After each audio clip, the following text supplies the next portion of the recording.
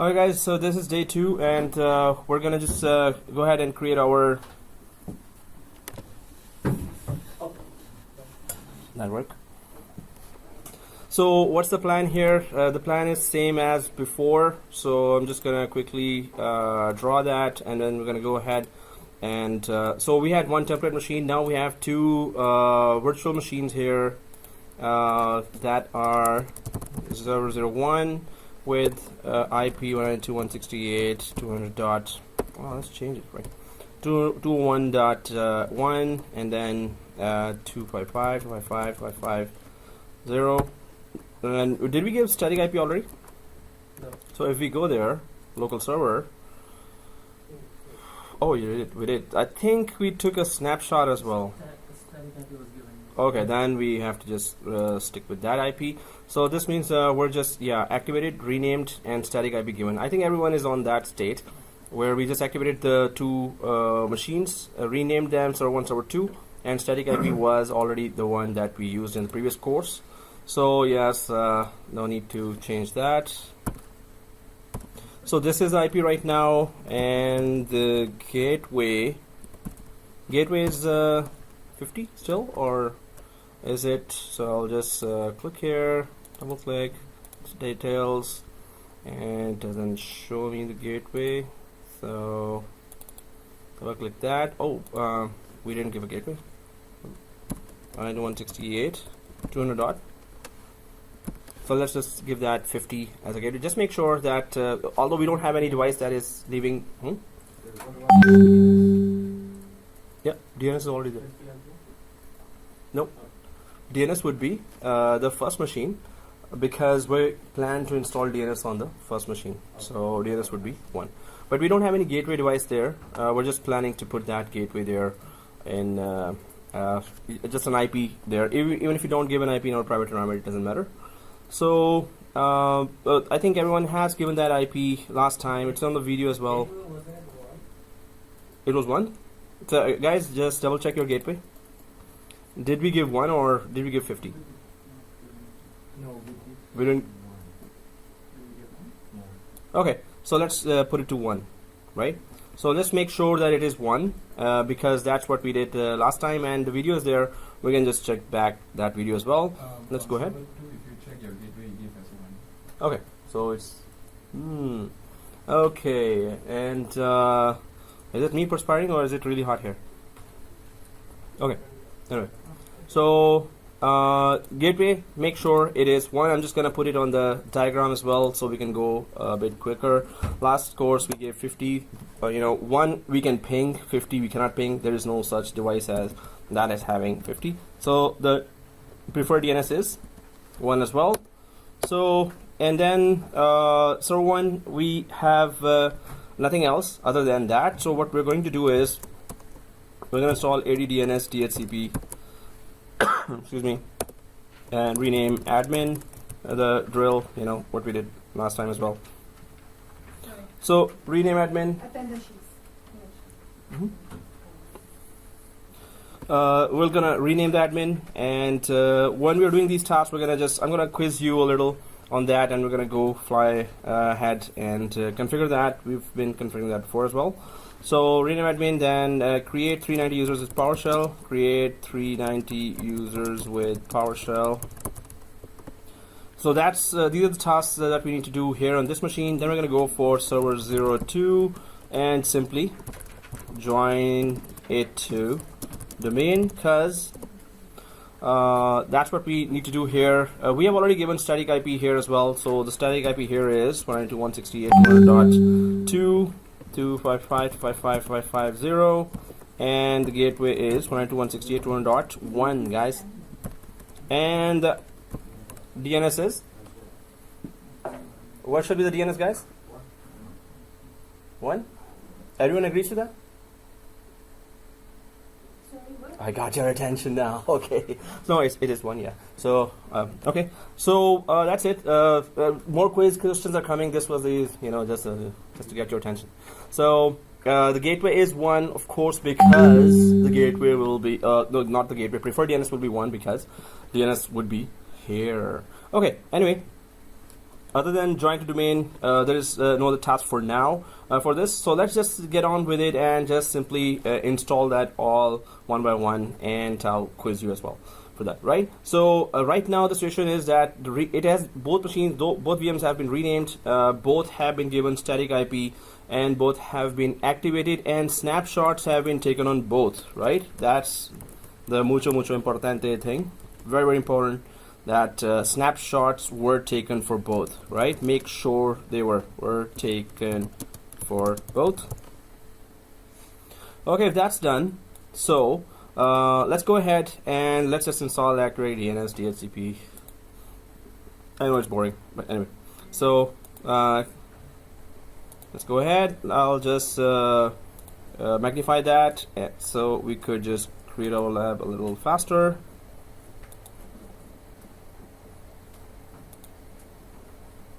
Okay, so we are on server 1. Yes, right? Server 1. So go to dashboard and go to add roles and features, and just go ahead. So on server 1, go to dashboard, go to add roles and features. Next, role base, feature base. Yeah, server 1. That's the one that's gonna be the root DC of the root domain that we're about to create, and we can just go for Active Directory domain services. I hope we know that or remember that. Add features. Next, finish, right? So, anyone falling behind, let me know. Next, and next. We did that Azure Connectivity Lab last course. So just click restart. It will not restart, but if there was a pending restart, which is also not there, it's gonna. Nope. It's gonna install group policy when it installs Active Directory. So it's gonna automatically get installed. Even on DNS we didn't check mark, because it's gonna install DNS and configure for us the forward lookup zone, and we're gonna just create our reverse lookup zone. But even without reverse lookup zone, it works with Windows environment for name resolution. So it's now going on here. Let me know when you're there. So, oh yeah, cancel. Okay, it's in this digital age, people go without pencils. They text. Oh, thank you. Good catch. Thank you, sir. All right. All right, guys. Let me know if everyone's on this page. Yes. No. Maybe. Okay. Yes. Okay. No reply means yes. So promote the server. Click that. And so we can just go for the first option or second option. So what option we go for? We don't have an existing forest? No. Okay. So yeah. Okay. Add a new forest. Yeah. No, I'm just. Now we're really active. So okay. No, we were active already. Just kidding. So let's the main domain, Netplus domain.local.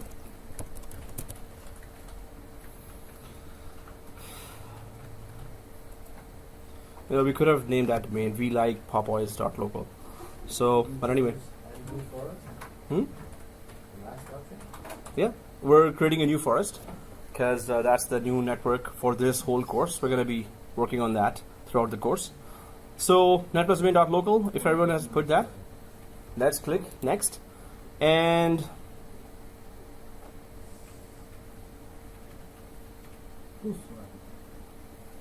here, I hope everyone is on this page, right? So forest function level, domain function level, we talked about that in detail in the previous course.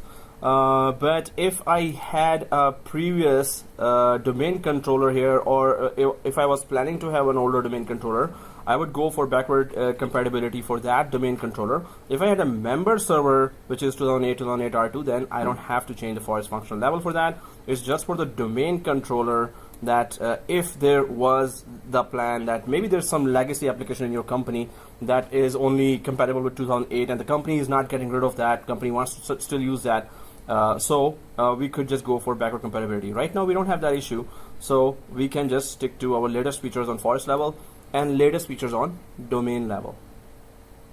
Okay, DNS, of course we need But if I, it is so crucial to have DNS name resolution. So why is there an option not grayed out? Why is the option not grayed out here? So this means we can uncheck that as well, right? Although we're not going to do that. But why there is an option to uncheck? Because yeah, maybe there's a DNS already working in a different server. That's why, right? So that otherwise, of course, they would have graded out that as well, just like they've graded out global catalog. So what is global catalog? Anyone?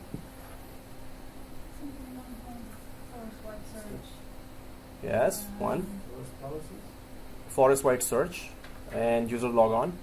So it contains partial information of all the objects across the forest. Yeah.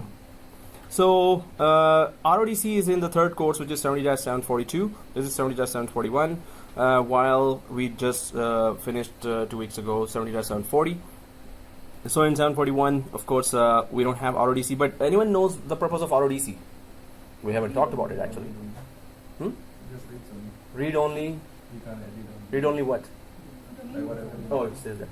That was not fun. So a read only domain controller, and it does what?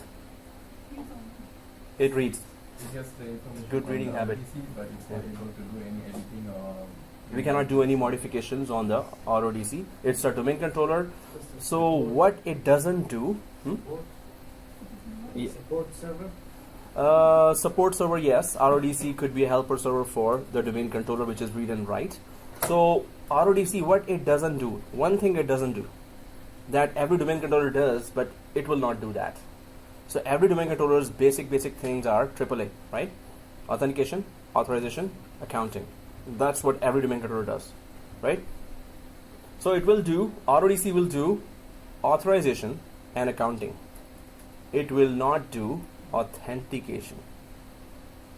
So what good is that? But that's where we're going to go in depth with RODC later. Well, not in this course, next course.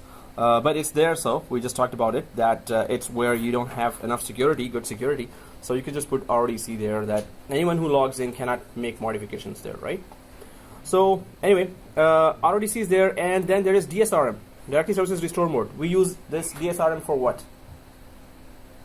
When we access the domain from outside. Like not being in the physical information. No, there's nothing to do with remote.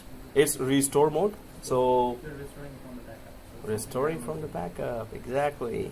So restoring from the backup, and we take backups. What is the backup routine in the companies normally? What is the backup routine in companies normally? How often the backups are taken? Full backup every day, right? And incremental backup on the weekends. Incremental every day, even twice a day, and full backup on the weekends, right? So incremental backups, they just any modifications done today will be all backed up. That's how the backups work. So the password to secure our restore mode, which means we can restore from backup suppose you have 10-year-old backup or maybe 5-year-old backup, and by mistake, just to avoid those mistakes, only few people or only one guy, senior administrator, systems administrator, could go for it. So I'm just gonna let's go for the class password, which is small abc, capital ABC, shift 123. That's the class password we use throughout the course. Small abc, capital ABC, and keep pressing shift 123. Somebody is not doing. Oh, it's somebody is actually already there. Installed already. So okay, guys. So we have put that password here, right? So then we should be clicking next, right? We should be clicking next, right? Oh, sorry. Still available. Yeah. So why is it not available right now? Did we do something wrong? Did it not like anything? Mine is available. Yours available? There's a message there. Mm-hmm. And those. No. Where? Here? There's a message. Yeah, Well, application just go ahead and for click this DNS server cannot be created. No, that's okay. I, I- cannot be found. That's okay. We're going to be discussing that when I go to that page. I'll be explaining that. That's something that we can avoid. But the password has to match. Yay! Oh, come on, it's evening. Give me a break. Oh, no, just kidding. Okay. So, are you kidding me? The password. Oh, what's wrong with my keyboard here? Small ABC, capital ABC, shift 1, 2, 3. Oh, I was just pressing too hard. Now, this means. Next. Okay, guys, there's a message here. Hmm? The new 128 gig. 128 gig RAM laptop. Minimum $10,000. I'm a poor teacher, come on. Seriously? And a contractor. Okay, anyway. So, no, I am looking for good deals for a good laptop. At least 64 GB this time. So, oh, I'm also present. El presente. Oh, well, it's done. So here, and sir. No problemo. Okay, guys. So we can avoid that. It is looking for a local DNS server that we are in the process of installing. So we don't have to do anything. Actually, there is no choice here. We can't do anything, even if we want to do anything. There is no DNS locally available, and it's looking for one. So because we're in the process of installing that, that's why it's asking, and we're saying yeah, whatever. So because the DNS is not there, it's not going to find it, right? So click next. NetBIOS domain name. Anyone remembers what was that? A single name will appear here.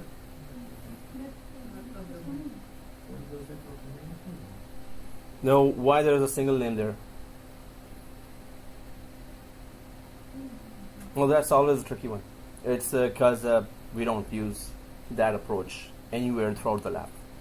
So there's a single name here. Microsoft says that always use something dot something, right? Netplus dot local, BMW dot Toyota, whatever domain you've created. It has to be something dot something, right? So, but there are some legacy applications that do use a single named access to Active Directory, right? So for that, you can change the single name here. Do anything else that, hey, you wanna, hey, legacy application or old application, you wanna use my Active Directory, but your program, the application is programmed to use a single name, not something dot something dot something. It's not programmed to do that, to access the Active Directory, with that kind of naming format. So you can go for, Microsoft says, no problem, just use that first single name and you can still access our Active Directory. Second thing, when you're joining computers to domain, you can still use just the first name. Although that's not recommended, go for something dot something that confirms that your DNS is working fine, right? So two things here, but you're not gonna see its usage a lot during that configuration, but it is there for enterprise applications that have been, or custom applications that have been programmed to access Active Directory with a single name. Okay guys, next.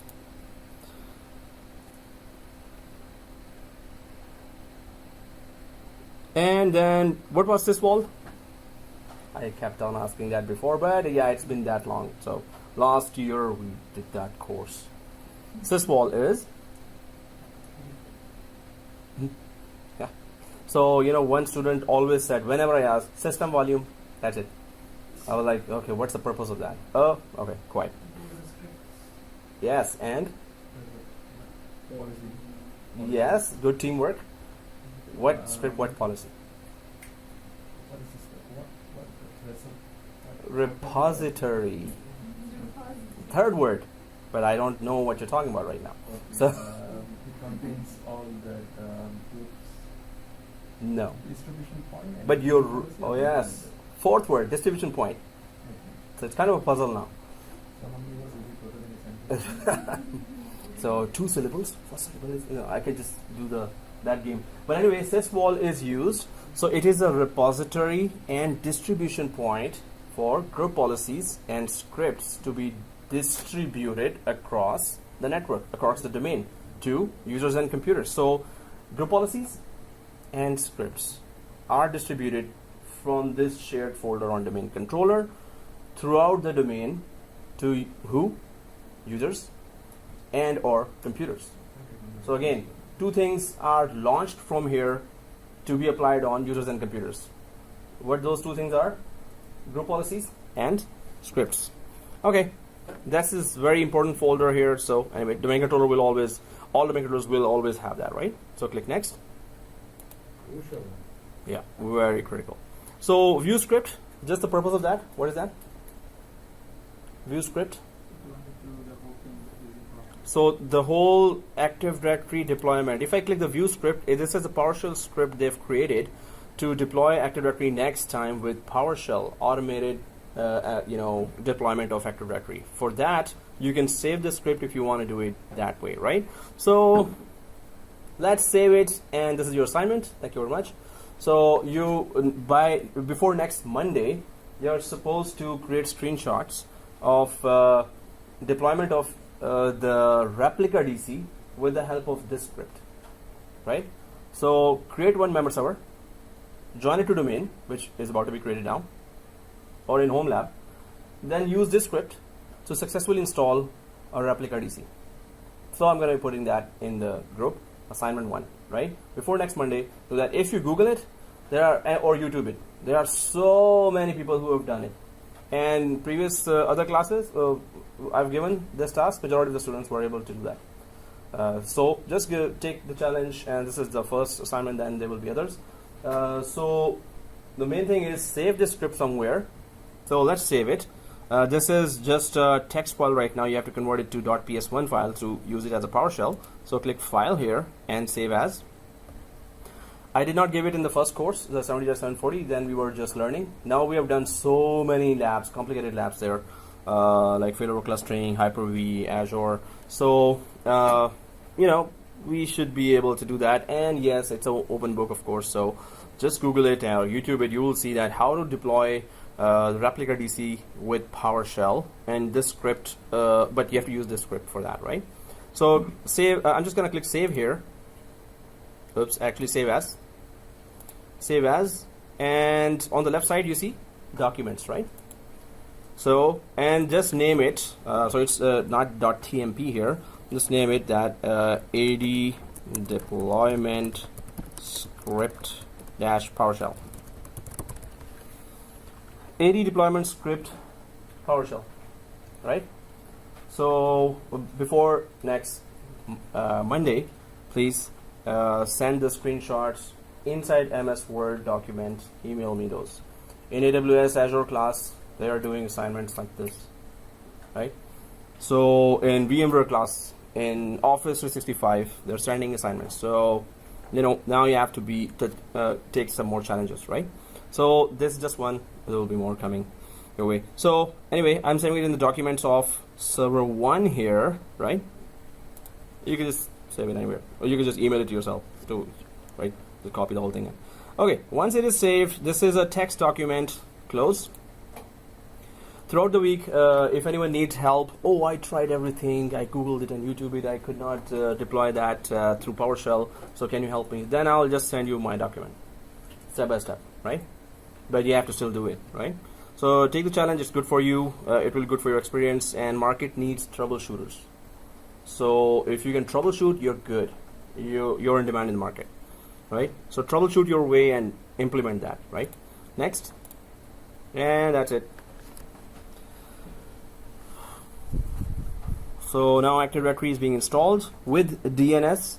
So DNS will be installed, but okay. Well, let's just. There's a summary here. So first of all, it says that there is NT4 install. If you have Windows NT4 way back, network operating system for Microsoft. So if you have that, it's going to be not secure to communicate with this domain controller and that domain controller. But we don't have that, so we can ignore this warning. And second is that DNS cannot be found. We are in the process of installing that, so we can ignore this. So the rest of all the warnings, there is no other warnings. The rest is all okay. Prereqs are checked, and click install. So it's going to install, but when Active Directory is installed, will DNS be installed with it? Yes, no, maybe. When Active Directory is installed, will DNS be installed with it? Will DNS be installed with it when Active Directory is about to be it's installing now, right? Right. So when it restarts, will DNS be installed automatically with it or not?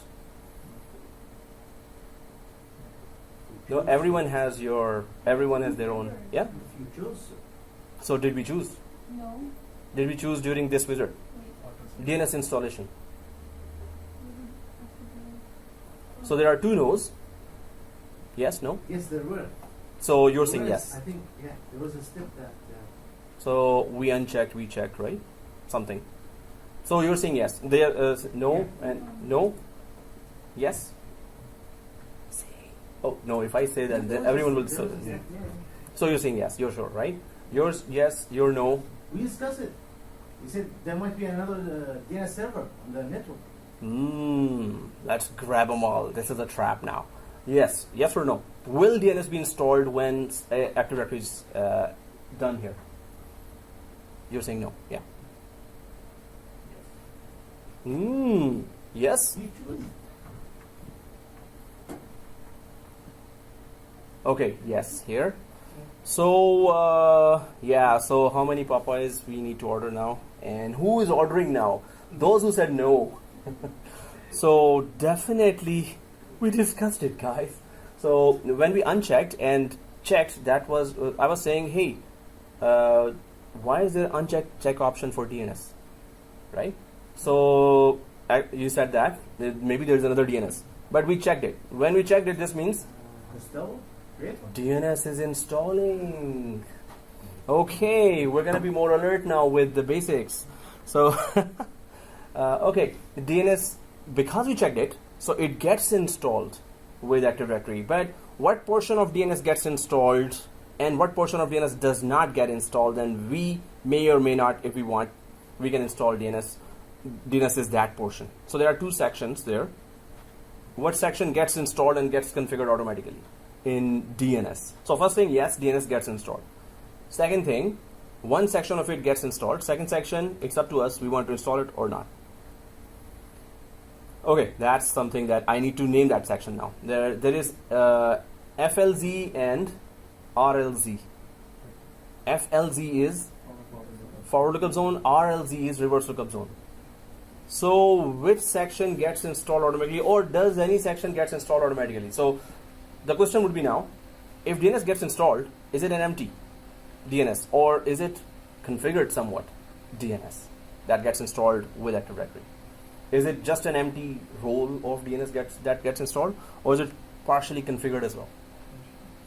You're saying partially configured? So you're saying forward lookup zone is already configured, but just forward lookup zone, not reverse lookup zone, right? Do you agree to that? Kinda? Okay. Okay. Forward lookup zone is, he says, do you agree to him or? Huh? Part of the? So what do you say? Yes, like what? Forward lookup zone. You agree to with Abu Bakr that he says forward lookup zone will be configured when once now we come back to DNS. Do you agree to that? Okay, you agree to that. You agree to that, Shahul? That forward lookup zone will be configured. We will find forward lookup zone be configured inside DNS. Do you agree to that? Resolves computer names to IP addresses. Resolves lookup zone resolves IP address to host names. So okay, so you're saying forward lookup zone will be done, will be installed. Reverse lookup zone will not be installed or configured. Yeah. Yeah. FLZ or forward lookup zone. Just type the full thing. Forward lookup zone. Yeah, forward lookup zone. So, yes, forward lookup zone will be configured already, as Booker said, and some others. So, and reverse lookup zone will not be configured. So, when Active Directory gets installed and DNS gets installed with it, because we kept that option checked of DNS that yes, install it. So it doesn't only install that role, it configures that role as well. So forward lookup zone will be fully configured. What is the job of forward lookup zone and reverse lookup zone? Oh, I just said that 2 minutes ago. Forward lookup zone does converts. It does what? Resolves the IP. host names, computer names to IP addresses. That's forward lookup zone's job, to resolve computer name to IP address, and reverse lookup zone's job is to resolve IP address to computer name. Okay. So yes, when we say that hey Active Directory install and please install DNS with it and install the forward lookup zone of DNS as well with it. Why? Because if forward lookup zone installed, Windows environment, Microsoft environment is working just fine, perfectly working fine. Name resolution across the Windows environment, across the Microsoft network is working fine, right? You don't need to do name resolution configuration on your behalf. But when we install reverse lookup zone, this is for best practices for non-Microsoft machines like Linux to communicate, as well as if we have enterprise applications like Exchange Server or Citrix, then the reverse lookup zone is a best practice to have configured as well. So this is still, I know we should revise all those, and it's okay to forget those, right? We don't discuss that every day in our job environments. We don't discuss it every day in the classes. But these are crucial concepts that need to be revisited always. It's very crucial to know these things or revise these things, right? So which sections are configured, why they're configured, and why not the other one is configured. So forward lookup zone is configured, reverse lookup zone is not configured. Forward lookup zone is configured because it resolves computer names to IP addresses. So Windows need that. Windows machines need to communicate with it with each other by name, right? So they need forward lookup zone configured for that purpose. Okay, in my case, the domain controller Active Directory got installed with DNS because we chose it. So we're going to just log into our domain administrator that is all powerful within this environment, right? It is fully powerful within this environment. So Active Directory DNS installed, but while DHCP is not installed, we haven't renamed the admin account, so we can just do those tasks. Now we can just go for that name resolution. So we're just gonna check if first of all the Active Directory is installed successfully. So what's the proof Active Directory is installed successfully? Where do I go? First of all, on the left side, ADDS is there, right? Second thing is tools and all the Active Directory related sections are there. Administrative Center, domains and trust. And the third thing is, where is the Active Directory database file? What is the name of the database file of Active Directory? Tick tock, tick tock. No. Active Directory database. There is just one file. That is the actual Active Directory database. And Active Directory is the heart of, yes, NTDS dot, yes, dit. Did you say that right? Yeah, dit, yeah, dit. So definitely that's good teamwork. And NTDS dot dit. Can you quickly tell me where to go to find it? Tell me where to go. NTDS dot dit. Where is it located right now? C drive. Then this PC, then C drive, then Windows, yeah, N, double click, where is it? There you go, exactly, entities.dit. Yeah, there are actually many other ways, like sysvol folder is, if it is shared, and user logon folder is shared on a computer, it's a domain controller, right? But this is the main proof that entities folder is there and entities.dit file is there. When you uninstall Active Directory, so ntds folder is gone then. This folder, it does not exist in that computer where you just install Active Directory, uninstall Active Directory. Uninstall. When you install, it is there. When you uninstall Active Directory, it is not there. Okay, anyway, guys, so let's just go ahead and we get to know, okay, we install Active Directory. So let's go to tools and go to this, right? DNS. Everyone there? So click the DNS and then go for forward lookup zone, reverse lookup zone. These are the two areas that Microsoft environment really exists because of the working of this area. If DNS name resolution is not working, then nothing is working in the Windows environment, Microsoft environment, right? So forward lookup zone is configured as we know and discussed it. And if you go inside, there's a Netplus domain.local is the domain name, so there's a zone created for that. all the A records are there for this zone name, right? Server 1 and IP. So name and IP of computers are there for the domain name. So what is not configured is reverse lookup zone. So that is not configured right now. So why do we need that? This is name resolution, and this is the machines we are configuring right now are we're going to work on those machines throughout the course. So that's why we're taking our time to configure those machines perfectly. So when we go for advanced concepts and install some big roles there, so underlying domain should be perfectly configured, right?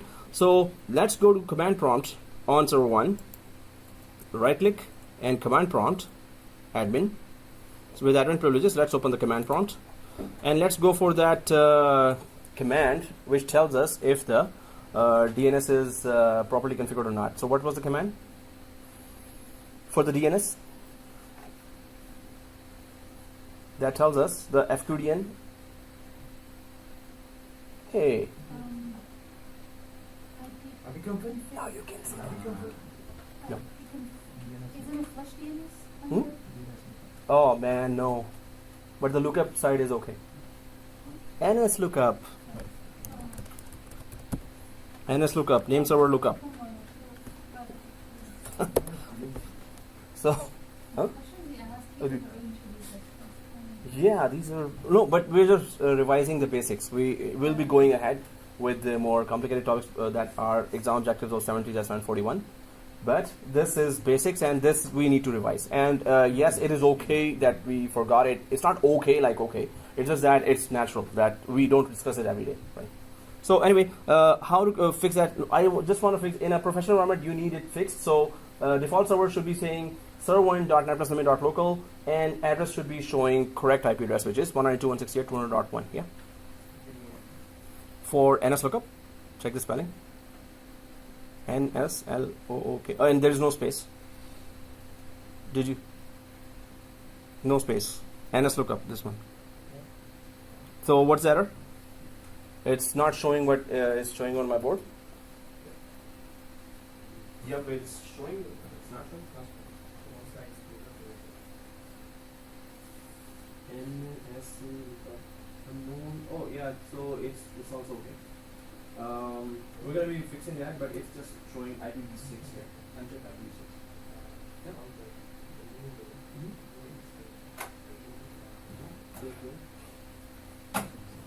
Whatever domain name you put, you have to just remember that. Yes, I'll install it. Okay. So just remember that, or uninstall it in the free time. Okay guys, so let's go ahead and fix that quickly. So we need to fix our IP address, of course. This is the preferred DNS portion of the IP address, right? So let's fix our preferred DNS. So we're just gonna minimize that. Don't close it, just minimize the command prompt and go down to server manager on server 1. Go down to server manager on server 1 and go to local server. I hope everyone's there. And do you see Ethernet 0? Go directly to that. Ethernet 0. Ethernet 0, double click. Properties. And IPv6 is unchecked, right? So double click IPv4. Here, well, yeah, it's not putting that gateway there, but it accepts it as a gateway if you put the same IP there. But do you see preferred DNS here? We did put here 200.1, right? But it changed to 127.0.0.1, right? Anyone knows the reason why? So it's just pointing to itself. Hey, I'm the DNS server. Yeah. So when it was restarting at that time, it changed the preferred DNS because it checked that, oh, I'm the DNS server, so I should point to myself, and 127.0.0.1 means me, or it is saying it, right? Itself, right? So anyway, let's just change that and go ahead, press OK. And okay, close, right? And then go back to command prompt, which is already minimized. Control C out of this area, Control C, and go up arrow, NS lookup. So IP address is good for everyone. So name server lookup or NS lookup, at least the IP should be okay now. Is it okay for everyone? Right? So let's just go for the name, which is default server name. For that, we need to configure reverse lookup zone. Just for best practices, even if reverse lookup zone is not configured, your Windows environment is working fine. But nowadays, there is always Linux environment. Linux machines are there in companies, and also there are enterprise applications that require that you should have reverse lookup zone configured. So you will find in companies, big companies, that reverse lookup zone is already configured there. So let's just configure that. So we're gonna minimize that command prompt again. Minimize that command prompt again. Close the Ethernet 0. Go to DNS that is already open. This globe sign, small globe sign down below is the DNS server. So reverse lookup zone, everyone there? This one? Reverse lookup zone, right? Okay, right click and new zone. And then go to next. It's the primary zone. There is secondary zone, stub zone, and store the zone in Active Directory. So Active Directory integrated zones means just that DNS is totally integrated with Active Directory. DNS will be using the replication of Active Directory, the encryption of Active Directory, topology of Active Directory. So DNS is integrated with Active Directory, which is always recommended by Microsoft. So primary zone, secondary zone just means that primary zone of DNS is read and write copy of the DNS. Secondary zone is the read-only copy of the DNS, right? Stub zone is, it does not install the full database of DNS, but it is just an intelligent pointer, which means that if it's a small branch and any user there wants to search for printer in, suppose, big branch like New York or Toronto, suppose there is one. Stub zone will simply redirect. It will not have a local record of where that printer is. It will just redirect to the primary zone holder DNS in Toronto. So stub zone is just intelligent pointer. It is placed in small branches. We're gonna talk in depth in this course for DNS. So we're just going to go for some examples there. So let's click next. We don't change anything here and click next. We're just installing a primary zone for DNS in reverse lookup zone as well. So it just informs there that do you want me to tell all other DNS servers that we are installing reverse lookup zone, or do you want me to tell all DNS servers in the forest that there is a reverse lookup zone, or do you want me to tell all the old Windows 2000 servers that I'm installing a reverse lookup zone? So we don't have a second server that has a DNS, so any of these settings apply. So we're gonna just not change anything. It doesn't matter really in our environment. So click next. Yeah, so it's primary zone in the previous screen. Next. No change here on the next screen. Next. We're using IPv4, so this is okay. Select it. Next. And it just needs the network ID, which is 192.168.200. So it does not need the client IP. It just needs the whole ID of the network. What network IP range we're using here for DHCP, right? So click next. Allow only secure dynamic updates recommended for Active Directory. There is allow both non-secure and secure dynamic updates, and then there is do not allow dynamic updates. So only secure dynamic updates, or what's the difference between non-secure and secure dynamic updates? Non-secure and secure dynamic updates. We're talking about DNS being configured now. So what is secure in terms of DNS? What is non-secure in terms of DNS? Correct? Yeah. Anyone else? Oh, actually, nobody's on. It's kind of that, but not exactly this. It's kind of that, very near. Yeah. Signed would be that if you encrypt the DNS, which is a feature called DNSSEC in DNS. But this is just the basic installation of DNS. So if Active Directory knows your DNS, it is considered secure. If Active Directory, if it's a DNS that is installed on a server that is not joined to domain, Active Directory does not know that server, right? So it exists or not. So that server is a non-secure server for Active Directory. So what it's saying here is that if there is another DNS server which is installed on a member server, which means it is joined to the domain, or it's installed on a replica DC, of course, which is part of this domain. So in that case, it is always secure. So non-secure would be if it's on a Linux server, Active Directory does not know that. If it's on a Windows server, but you haven't joined it to domain, so Active Directory has no idea about that server. So Active Directory cannot give you guarantee that, hey, it is secure. So this means that non-secure and secure dynamic update just means that if you have DNS servers on non-Windows environment or those servers, Windows servers that are not joined to the domain. So if Active Directory knows it, it's secure. Active Directory doesn't know it, it's not secure.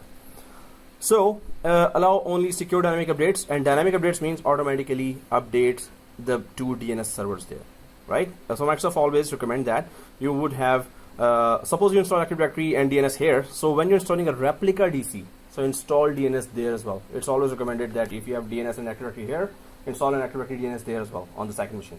So domain controllers will be redundant as well as DNS will be redundant, right? Both will be highly available, and load balancing will be done automatically as well.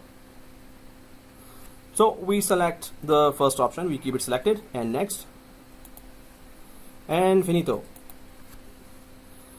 So refresh a couple of million times, and then when we go inside, you see the zone, reverse lookup zone created here, but you don't see any pointer records there. There are two names here. One is, well, one section is forward lookup zone that resolves computer names to IP address. Second is reverse lookup zone that resolves IP address to host names, right? The opposite of that. So if we go to the forward lookup zone and Netplus domain local, you can see server 1 here, right? This is called a record. If you go to reverse lookup zone, there is no server 1 there. So how do we put that server 1 here as well? And whenever you create a record here, it has, its copy has to be created in the reverse lookup zone as well, but it is not there. So what we're going to do, we're going to go to forward lookup zone section there inside our domain name zone, and we're going to go to server 1. Do we see that? Everyone sees that? Server 1. Double click that, and do you see this? Update associated pointer record. So if the record is created inside reverse lookup zone, it is called PTR. If it is created inside forward lookup zone, it is called a record, right? So it's the same record, but it's called now PTR because it's going to be created inside reverse lookup zone. So select that and apply. And okay, and of course go way up to server, refresh, and now go down to reverse lookup zone. Is it there? Yes, it is there, right? In reverse lookup zone it is there, in forward lookup zone it was already there anyway. So if these guys are there now, let's confirm. So I'm just gonna go to server 1 and refresh again, and go back to our command prompt, right? Go back to your command prompt, Control C out of the interactive mode, and up arrow NSLOOKUP again, just like last time. So did it work? Now it does, right? So this is the proper information we need. Server 1.network.local. So if it is there, we are. This is a, you know, professionally we should be having that as a best practice. Yeah. Okay, so what's the point of that last process? The point is that anywhere inside your environment. When you check that option. Oh, that Add pointer that record. host To the pointer as well. Yeah. So reverse lookup zone. So if any device has an IP of a machine but wants to know the name of the machine. So if reverse lookup zone has the record, suppose there's a Linux machine that wants to communicate with a Windows machine. It has the IP discovered from its discovery app, but it needs to know the name, so it could access that machine by name over the network. So if its request, Linux machine's request to access a Windows machine, that request will go to reverse lookup zone. If reverse lookup zone is not configured, Linux machine you will have to just manually go there and put that name and IP there yourself for that machine, right? So reverse lookup zone for non-Windows environment and for enterprise applications, they require that reverse lookup zone should be configured there. So pointer record we do create. Now if you join a new computer to the domain, its a record and its pointer record will be automatically created in both zones. So if non-Microsoft machines want to access the Windows machine, then their request will be going to reverse lookup zone, right? And Microsoft machines forward lookup zone request goes. So by name they want to access, these records have to be there. So by name. What about the 127.001 Yeah. settings that we configured in the at the Yep. configuration? So even if they stay there, it would have worked fine, right? Yeah.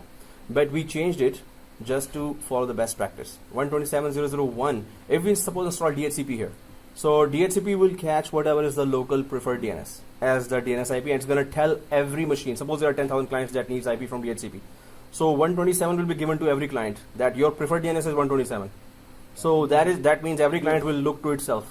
Am I the DNS server? So that's why we changed the settings here as well. So no other automatic application should pick up that wrong preferred DNS from that server. So should it be set in automatically? It is automatic when you install DNS, and when it restarts, it discovers, oh, I'm the DNS server. so it just puts it that one time only to 127.0.0.1. So we just go and change it. Now whenever you restart, it's not going to change that already. But first time when you're installing DNS for the first time on any server, it happens. It changes that to 127, which is the loopback address, which means that server is pointing to itself. So that's why. Okay guys, let's go ahead. Yeah. Okay. So minimize here. We are done with the reverse lookup zone. Now what we need to do is for our lab environment, we're going to change our admin account. We're not going to use the domain administrator throughout the course. We're going to just go for net admin with having all the powers of domain administrator. So let's go to tools here and let's go to Active Directories and computers. And of course, everyone in Active Directories and computers. So what we're doing here is expand Netplus domain.local, go to users, and we see that there is a domain administrator account that has all the powers to do anything, to create child domain, to create tree domains, to create forest trust, to do anything that it wants, right? So we're not going to use this account throughout the course. We're just going to right click and copy that, right? So when we copy all the privileges that this account had, the account that we're about to create will have that too, right? So copy that and go, just name it just like last time, netadmin, Control A, Control C, Control V. So it should look like this now. We're just creating a new account with all the powers. We're not going to use domain admin. In production environment, normally this is also done for security reasons. You just then disable this domain administrator account, so no hackers should go to the obvious account with privileges, and you should just protect this account as the account that you will be using, or any other accounts that you use in the production environment, right? But here we are also using that for another reason. For server 2, for any other Windows server, there is a local administrator account as well, right? That is also administrator. So whenever I say, okay, log in from server 2 with administrator account, domain administrator account, so students by mistake logs in with local administrator account, which is the same name as the domain administrator. So they have to type domain name / administrator. Instead, they just log into domain administrator, local administrator. So when we start configuring enterprise applications or big roles, by the end of it, some students get an error. Oh, you don't have the privileges. Why? You logged in from local administrator. So netadmin, we cannot have that mistake. There is no locally created netadmin account in any other machine, right? So, okay guys, let's click next here. Class password, small ABC, capital ABC, keep pressing shift 1, 2, 3.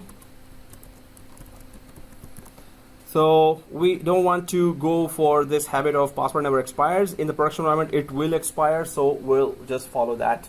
And we're gonna just, not have that bad habit of never expires. So one thing, what is the policy when the password changes in a domain? After how many days? 42.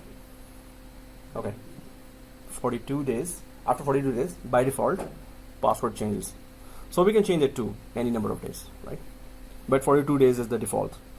After that, password changes. So if we take that much time to do the course, so we have to change the password, right? So click next. So don't check any of these options and click next. Password do not match. Password has to match, guys. What? My keyboard. Oh, it is getting old now. Yeah. Hey, that's not.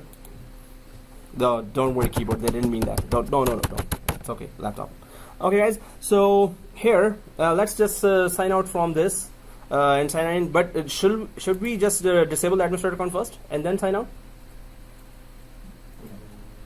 Why?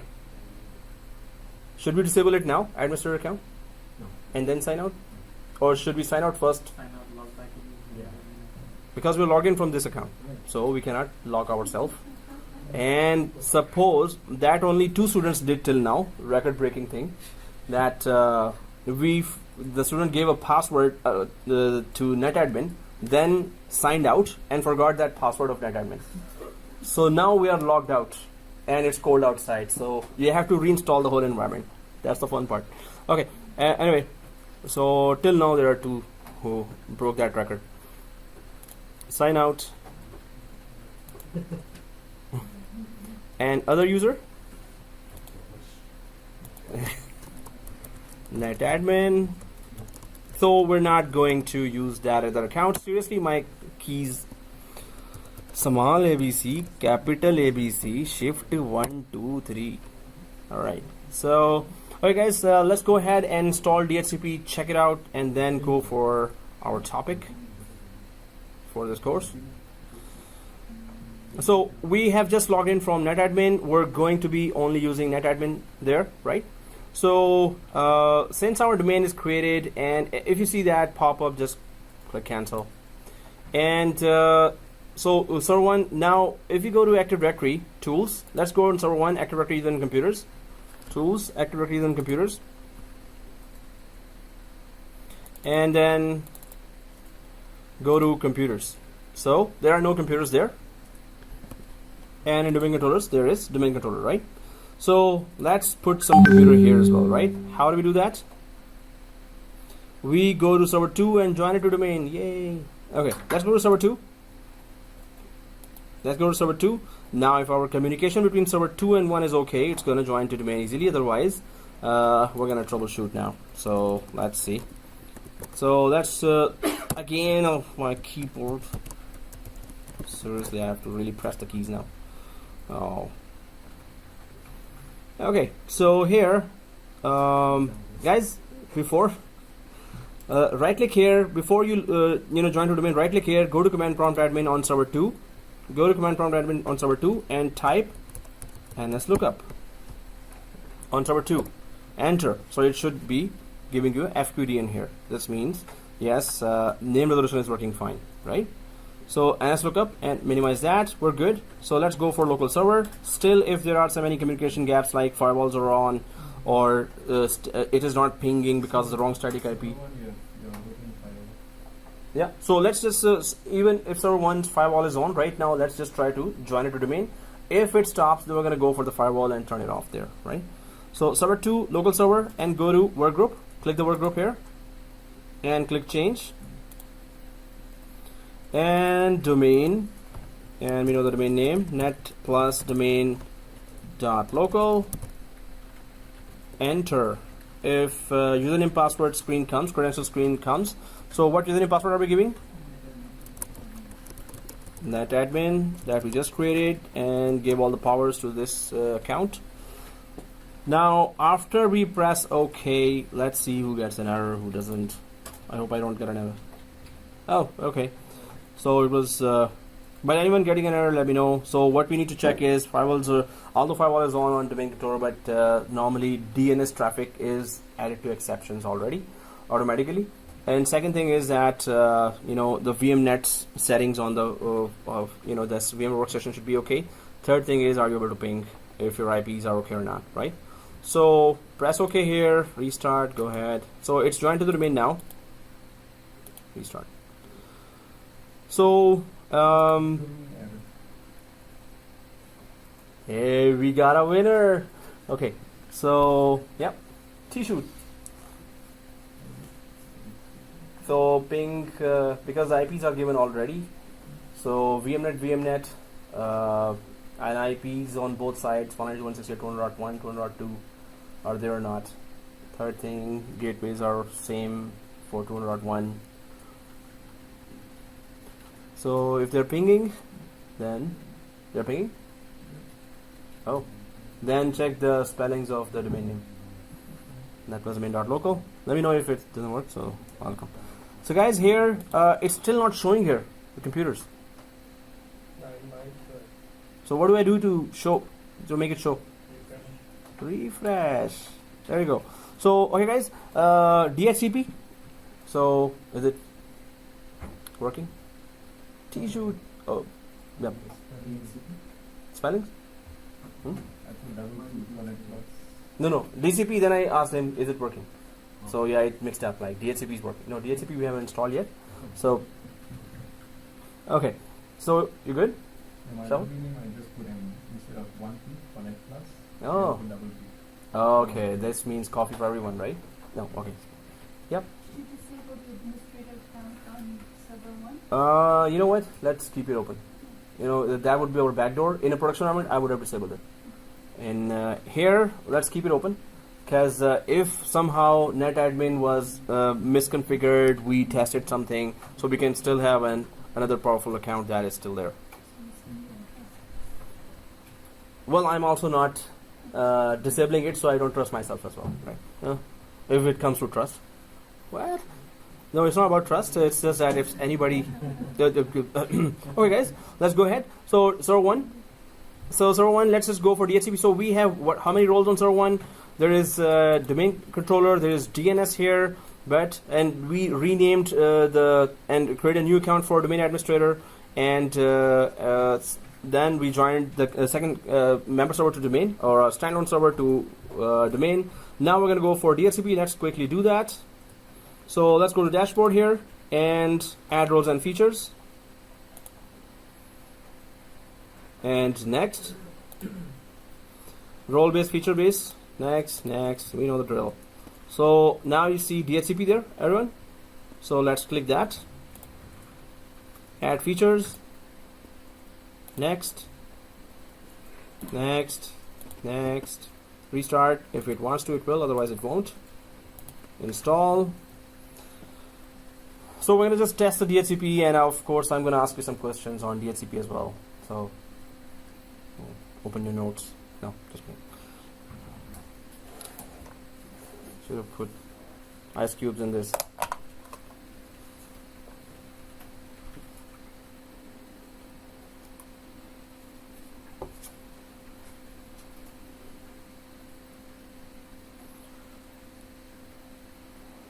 So we're going to go for the first topic as child domain, tree domain, forest trust. First topics. Are you guys, everyone there? So click the complete DHCP configuration, or if you click close here, then go for that yellow triangle on top if you somehow close it. But anyway, both ways it does the same thing, complete DHCP from here or from here. So complete DHCP, click here. And then what it's doing, it's creating two security groups here, one for DHCP administrators, one for DHCP users, and it is authorizing DHCP. Now, what does that mean? If DHCP is not authorized, then what's the big deal here? Authorization from who? Why? Where? What? Which? Those were remaining. So authorization of DHCP just means that should DHCP basically work or not. If it is not authorized from the Active Directory, it's not going to work. If it is authorized from Active Directory, it's going to work, right? So that authorization has to be given. So sometimes you don't want DHCP to work for, suppose you're doing a maintenance and you don't want DHCP to work. So you can go to DHCP, right click, and just click unauthorized. As soon as you click unauthorized, DHCP will stop working. Whatever it was doing, it's not going to do that, right? Okay, guys, so click next. And yes, you should be all seeing netadmin here now, right? Nobody should be seeing administrator here. Okay, and skip AD authorization. So this means that if you want to install DHCP but you don't want it to work now, maybe you're just ending some installations there and you're going to continue later, next week or tomorrow you're going to come back and do that. So you can just do skip AD authorization. So nobody should be configuring it, and you should be only configuring that, right? So in that case only. Otherwise, we want it to work right away. So anyway, nothing to do here. Click commit, and everyone sees done, right? So click close. All right, so click close.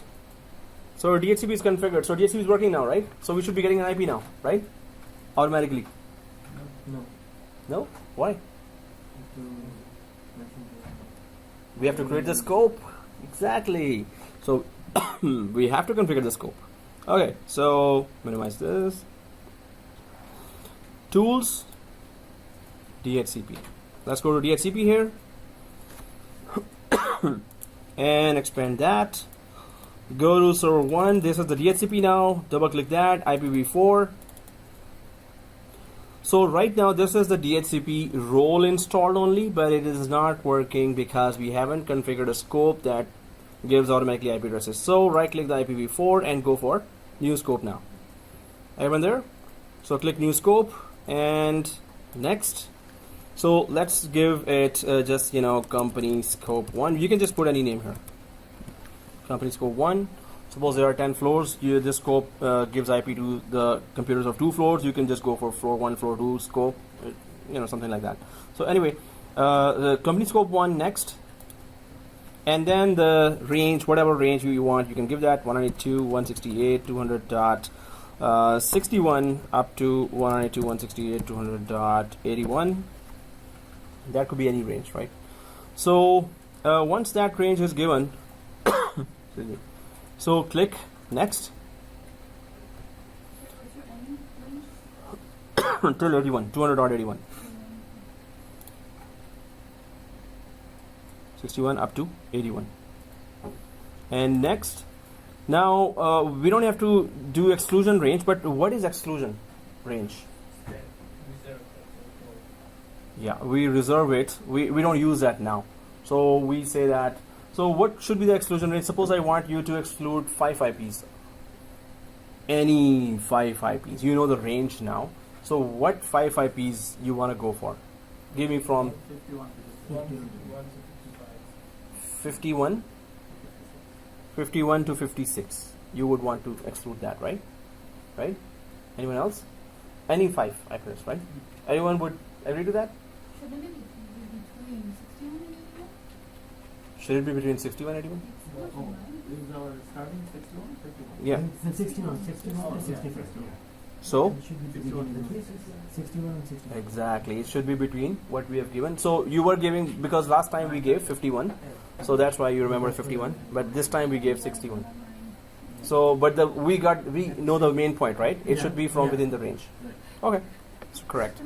So next, good teamwork. Okay, guys. So subnet delay in milliseconds. So there's DHCP failover topic that's gonna come. DHCP split scope. So this will be DHCP high availability topic. When we do that, we're gonna discuss all these options as well. For now, we're just configuring basic DHCP. So we don't have to configure anything here. Here, we just need to know the purpose and click next. We are not putting an exclusion. Nope, we don't need that, but we need to just understand that, right? So days here, least duration, 8 days is okay. It's our test environment, and click next. Yes, I want to configure these advanced options. So when we tell DHCP that, hey, give IP to all the machines, suppose there are 5,000 machines, 10,000 machines, so they should be giving advanced information as well, which is 192.168.200.1 is our gateway as well. We don't have any gateway device in our private environment, so we're just giving this as a gateway.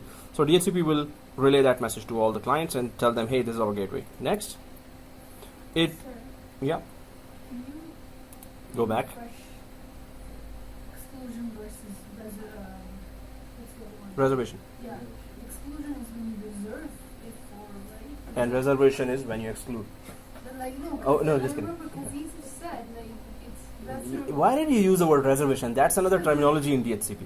So like, I'm like, wait. if exclusion is reserved, then reservation should be exclusion. No, but the thing is, guys, what's the difference? Yes, that's a legit question. Yeah, what's the difference? Popeyes versus Silver Spoon. Silver Spoon is biryani and it's rice, right? Popeyes is like burger sandwich. So they're both tasty, actually. Yeah. Exclusion. Don't use this range for anyone. We're telling DHCP, hey DHCP, this is for rainy days, right? It's going to be on Wednesday, right? Rainy day. No, not that rainy day. So exclusion range, and what kind of emergency can come? Why would you want to exclude? So suppose you run out of IP. In it happened in 1 or 2 companies that I know. So they had some IPs that bought them time to just give it a bigger range. That's all. They did not foresee that the IPs will run out, right? So, but reservation is that the DHCP gives an IP, but you're telling DHCP, hey, don't take it back, right? Exclusion is don't give that IP. Just keep it for rainy days, for emergency, right? But reservation is you give an IP, don't take it back.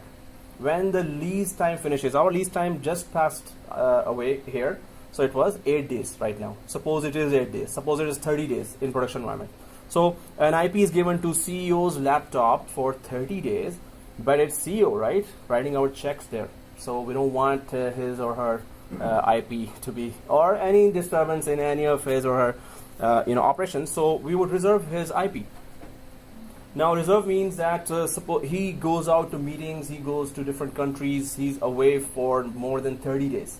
So if any machine is away for more than the given time, suppose it is 30 days, so IP is normally taken back, right, by DHCP. DHCP tries to find it.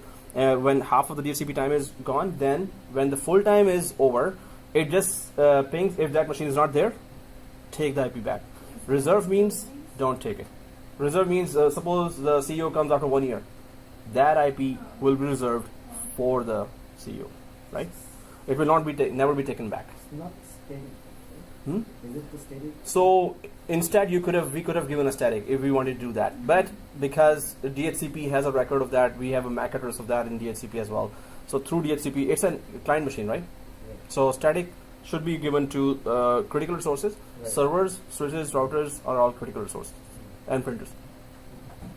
So Right. exclusion is Mhm. for expansion or Exclusion is that when you, in emergency, it should buy you time if the IPs, you run out of IP addresses and there are more devices than you gave the range for. So then you can add that exclusion range or use those IPs at that time. So exclusion and reservation. Why do you put the range outside the main server's IP? So the range It's outside, one. it is The one. range 61 to 81. Yeah. So So put that- servers are critical resources. They should not be dependent on DHCP, right?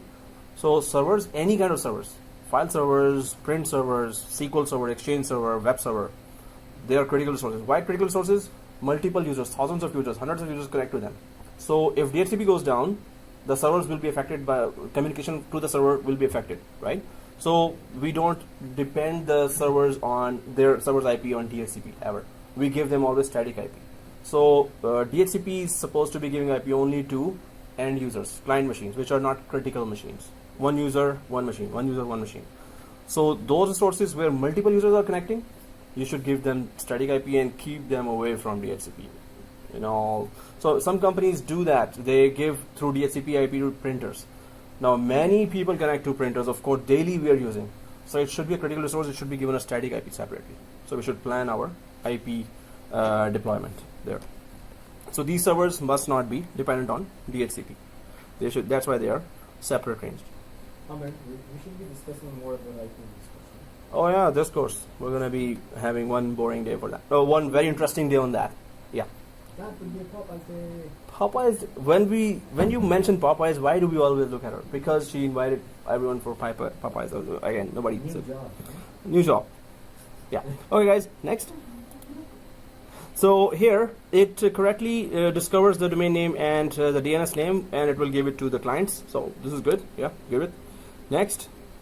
Wins, we're not using Wins because it's Windows Internet Naming Service. That is just purely a name resolution service for Windows environment. So majority of the companies have Linux plus Windows machines. So now Microsoft is deprecating this. It's kicking it out, and it's going to just use DNS for name resolution, not Wins. Okay, so we don't configure that. There's no exam objectives for that. There are no questions coming in the exam for that. Next. Yes, activate the scope now. Next. Finito.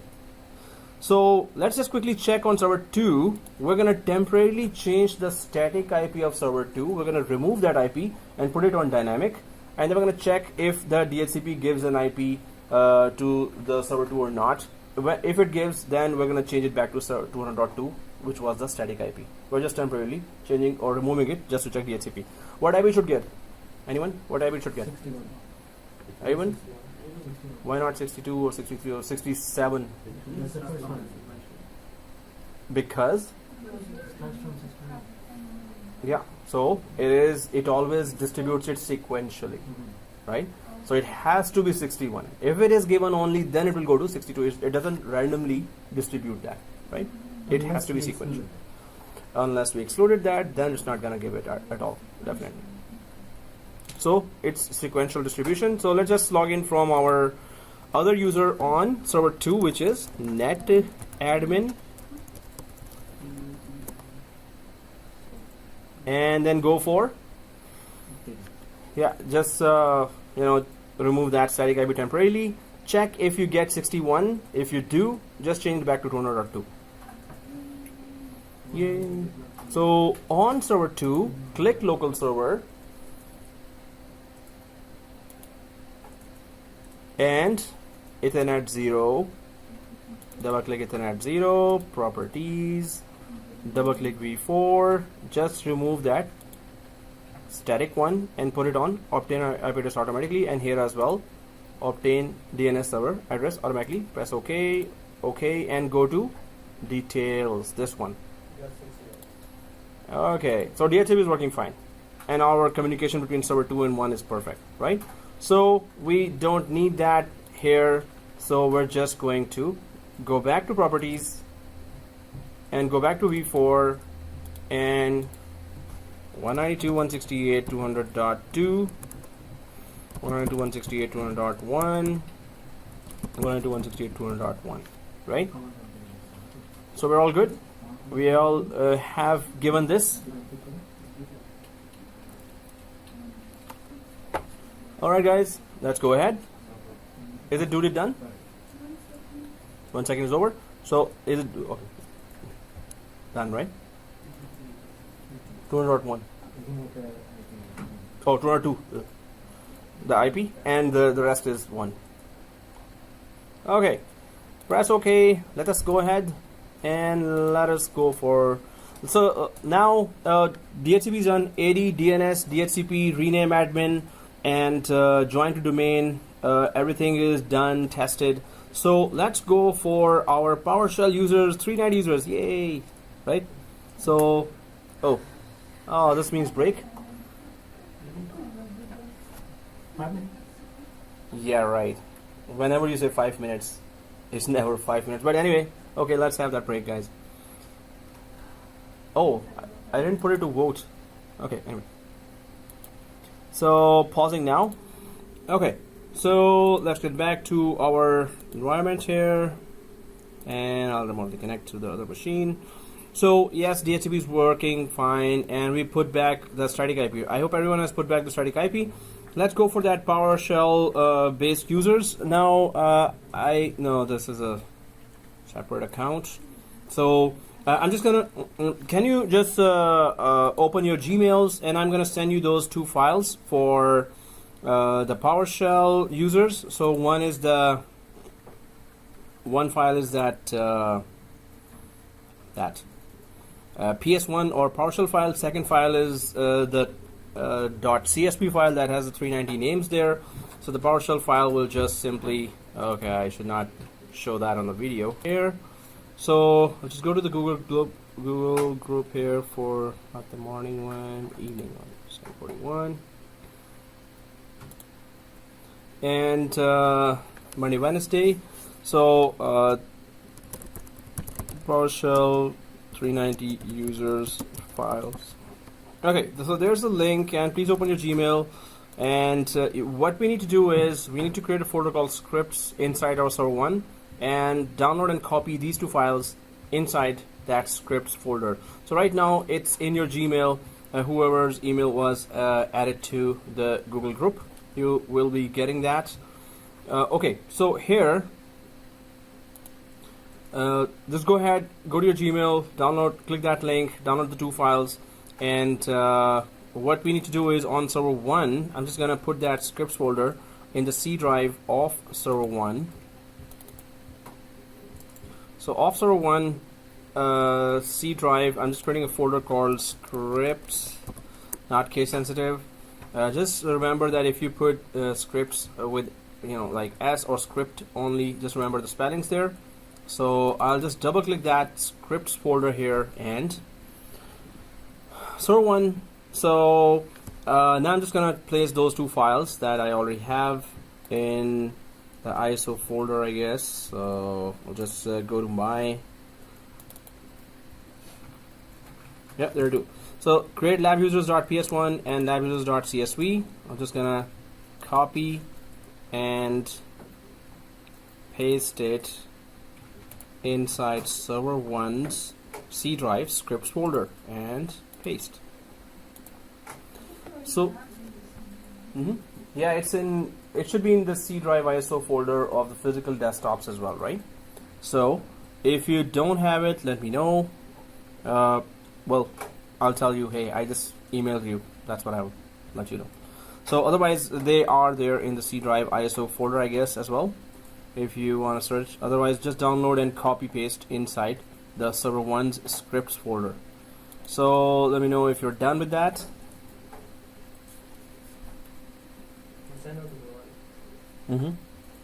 One. Sorry? No, it's the there are 2 files there. there that shared link is the link of the folder. So if I go to the Gmail, so this is one link here, and if I click here, it should take you to the Google Drive with these two files. So just download both and copy them inside scripts folder of server 1. So create lab users and lab users.csv. Let's see if everyone is there. Everyone is there? Yes? Yes? Kind of? Maybe yes? Oh no. And yes, there. And Moses, you're kind of there? Yes? Yes? So I take that this as yes as well. And yeah. Yes? Oh, cool, man. You're in automated mode. So there is only one no. Okay, let's open the PowerShell, and so I'm just going to make it full screen, and let's go to our Windows icon here on the left side, and then go to PowerShell, right click this and go to more and go to run as administrator. Everyone there? Why you have to run it? Well, in case it says no, you should have admin rights. Otherwise, yeah, let's try it without administrator, and then if it says then come back here. So, you know, run as administrator, press yes. So we just need to go to that folder and just execute that script. So if you go to admin, it's going to go to this path, system32 cd / to get out of this folder path, dir to see the contents of the C drive, dir, right? And then cd scripts, press enter, and then dir, and then simply create lab users.ps1 is the PowerShell script. So CRE, yeah, CD, no, so there's CD space and scripts. So I just press tab to autocomplete that, so it then change it to this folder, CD space scripts to go inside the folder, CD space and then scripts to go inside the folder, right? You're there, right? It's not going inside the folder? So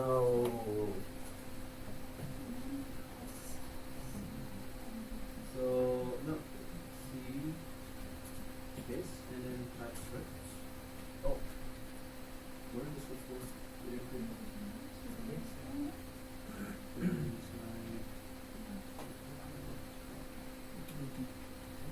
One issue that got missed. Oh, yeah. On the latest one.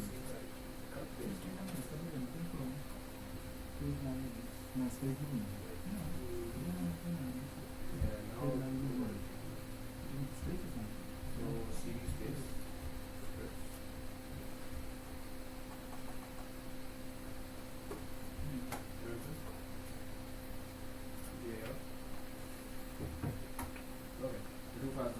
So just type CREA and press tab to autocomplete that full command. So I just type the first few letters there and press tab, and then it autocompletes that, right? So create lab users.ps1. So just type CREA and press tab. It should, if everyone's seeing that, just press enter. Enter. Now it is asking where is that CSV file where 390 user names are present. So we're just going to go for double click scripts here and double click the lab users.csv, which has the 390 names there. It's just going to create the user accounts inside that directory from those names. So okay, now 390 users are there as well. So we're kind of, you know, done with our basic lab environment there. While this is creating 390 users there, minimize that. I'm just going to go for that. So 80 DNS on server 1, 80 DNS DHCP rename admin, create 390 users with PowerShell. We were supposed to do that. We did all that, and join computer to domain server 2. Tested everything, created everything. Now our first topic for. So is it working for everyone? Right? Oh, there's a no. No alert. Whoop whoop. No alert. Resuming eating? No, resuming the lab. Yeah. So guys, well, once this is done, if there are no questions, and there's enough time now for the questions. 3, 2, 1. Okay, let's go for the first topic here. I gave you enough time for questions. Just kidding. Any questions, let me know. Right? So here, now the first topic is, we have 1 hour. So replica DC. Well, it's the main topic is what kind of domains, how many types of domains we have. Tree domain, child domain, tree domain, and then we have forest trust. So that's kind of a design topic with labs, of course. So replica DCs are created first of all, of course. Now I'm just gonna create the map here, and we're gonna start discussing that. When do we have? How do we design when we have a lot of branches? How do we design the Active Directory network there? So if you're a system administrator there and you're asked that, okay, we have actually 4 branches here, and each branch has their unique criteria, unique demands there. So what type of domain you create in what branch? So there are 4 branches there, suppose. And first branch is actually, so we're going to use the terminology here. Of course, the root domain is here, which is Netplus domain.local. And the forest was created from here, of course. So this is the forest as well. I mean, this is representing the forest as well. But root domain here, Netplus domain.local. Then, and this is a branch in Toronto. Tor, so just gonna keep it Tor.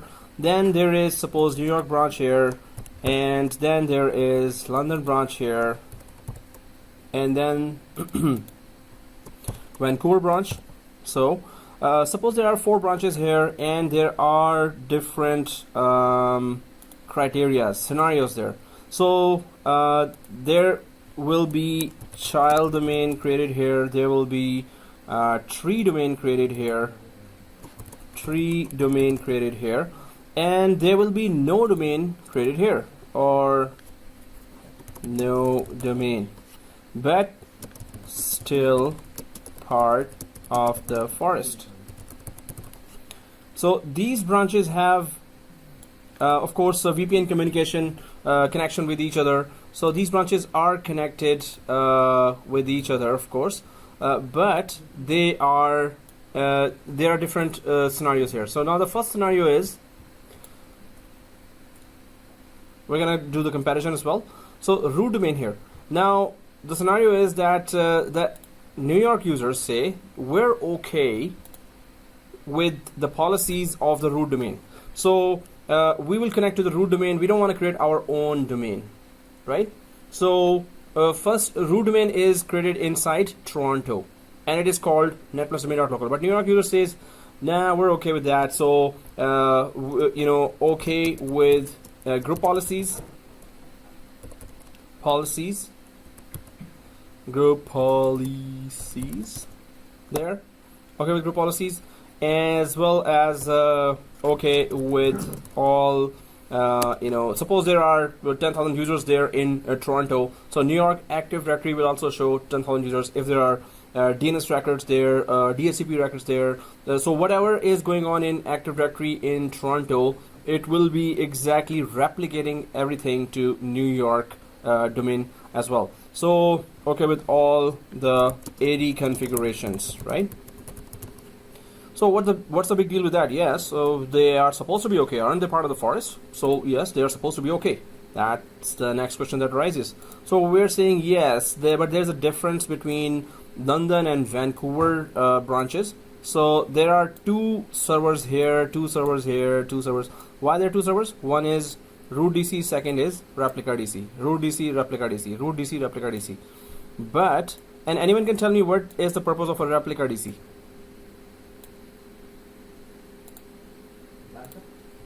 Yeah, exactly. Redundancy, high availability, or redundancy and load balancing. So it is LCBO, right? LBFO, load balancing and failover, right? LBFO. load balancing and failover. CPU as well. Sounds better. Sounds better. Okay. Smells better.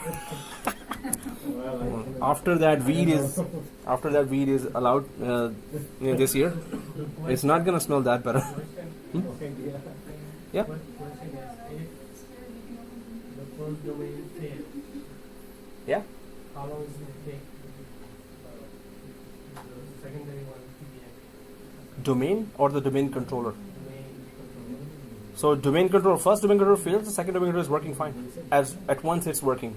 So how do the domain controllers work, guys? How does AAA works between two domain controllers? How AAA works between two domain controllers? Is it the same for Exchange? Exchanges for emails. Yeah. So how AAA works for both domain controllers? First of all, this is the thing that suppose you have two domain controllers here. So the request for authentication, authorization, accounting, especially authentication authorization will come to first domain controller when there are a lot of requests here and it's kind of taking a lot. Then the request will go to the second one and it will be done automatically with the help of a free DNS load balancer called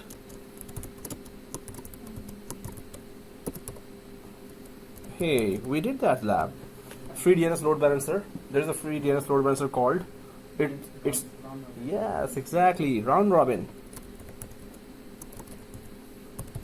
Right? So that load balancer detects that, oh, there's two domain controllers here. Okay, let me just load balance the traffic between them. High availability is also there. Suppose one domain controller goes down, the second one will keep the show running. The authentication, authorization, and accounting services will be redirected to the second domain controller from the clients. Any client is putting username password there, the request would have gone here, but since it is down, so the request will automatically be transferred to this domain controller. Suppose the request was going and at the same time or right before that, the first domain controller went down. So user will get an error. User will try again. Okay, let me try again. So next time it will work because it would have gone to the second domain controller, the request, right? So it is redundant if you have two domain, and Microsoft always recommends that always have two domain controllers with DNSs, right? So root DCs and replica DCs are in every branch. Now, yeah. The question is, Hmm? the same for the Exchange? Now Exchange server has high availability. So Exchange server has roles, right? So there is mailbox role, there is client access server role.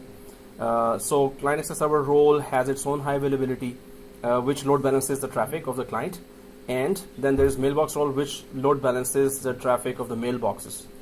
So for Exchange, yes, you can have load balancing and high availability available for CAS, client access services, and for mailbox server role, Yeah. both client access service role.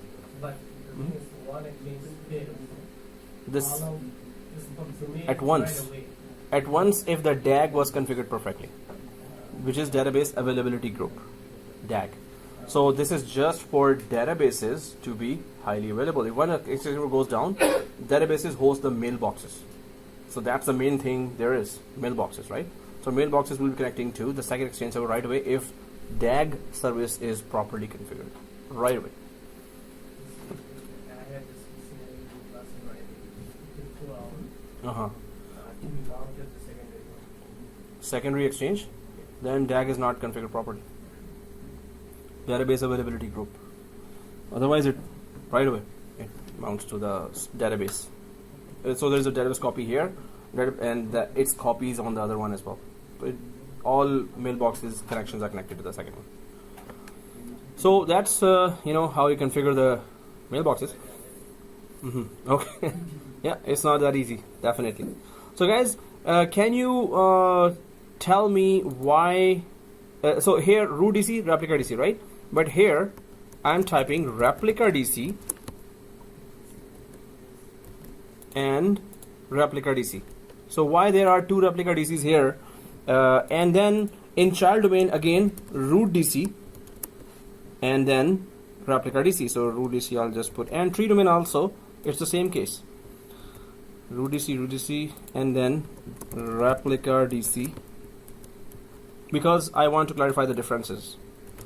So there is root DC, replica DC, then replica DC for New York branch, and for London branch, root DC, replica DC, and then for Vancouver branch, root DC, replica DC. Now, whenever there is a new domain, there's always the new domain has to be created on a domain controller. Whichever domain controller helped created that new domain will have its first DC called root DC of the domain. So if there is a new domain there, new child domain, it will have its first DC as root DC of that particular domain. If there is no new domain created, if this branch is connecting to the root domain, whatever domain is in Toronto, these guys are okay. So you don't create an extra domain here. Now, when I say extra domain, what do I mean by that? So Netplus domain.local is there. So New York, if they wanted to create a child domain here, they would have actually created ny.netplusdomain.local, right? But they don't want that. They want to be connected to netplusdomain.local. Why? Because they are okay with all the group policies that are, suppose Toronto administrator puts a group policy that block USB for everyone in Toronto. Now New York guys are saying, okay, whatever policy, group policy you put, we're okay with that. So USB is blocked in Toronto branch. It is also now blocked in New York branch after it is replicated from that domain controller to this domain controller. It is blocked here as well. But what I'm saying here for now, what you need to remember is these guys in New York are okay to follow the policies of Toronto branch. So they did not create their own domain.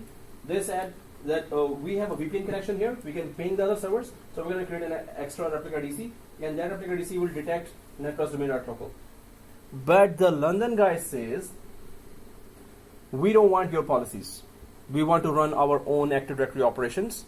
We want to run our own Active Directory policies and group policies as well. So they create a child domain, which means what?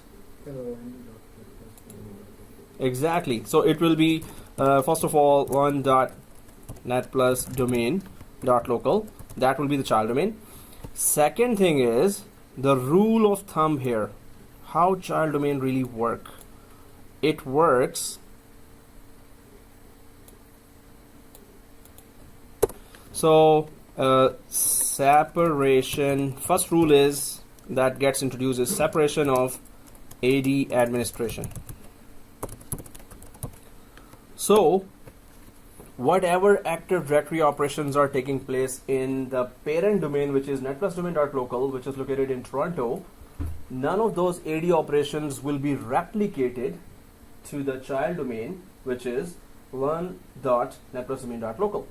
So this means that if you had 10,000 users, 10,000 computers, and 20 groups there in the Active Directory of Toronto, there will be no users and computers and groups that are there will be replicated here, right? So suppose this is a small branch. So they have their own 5 users, 5 computers. They will only have 5 users and 5 computers here.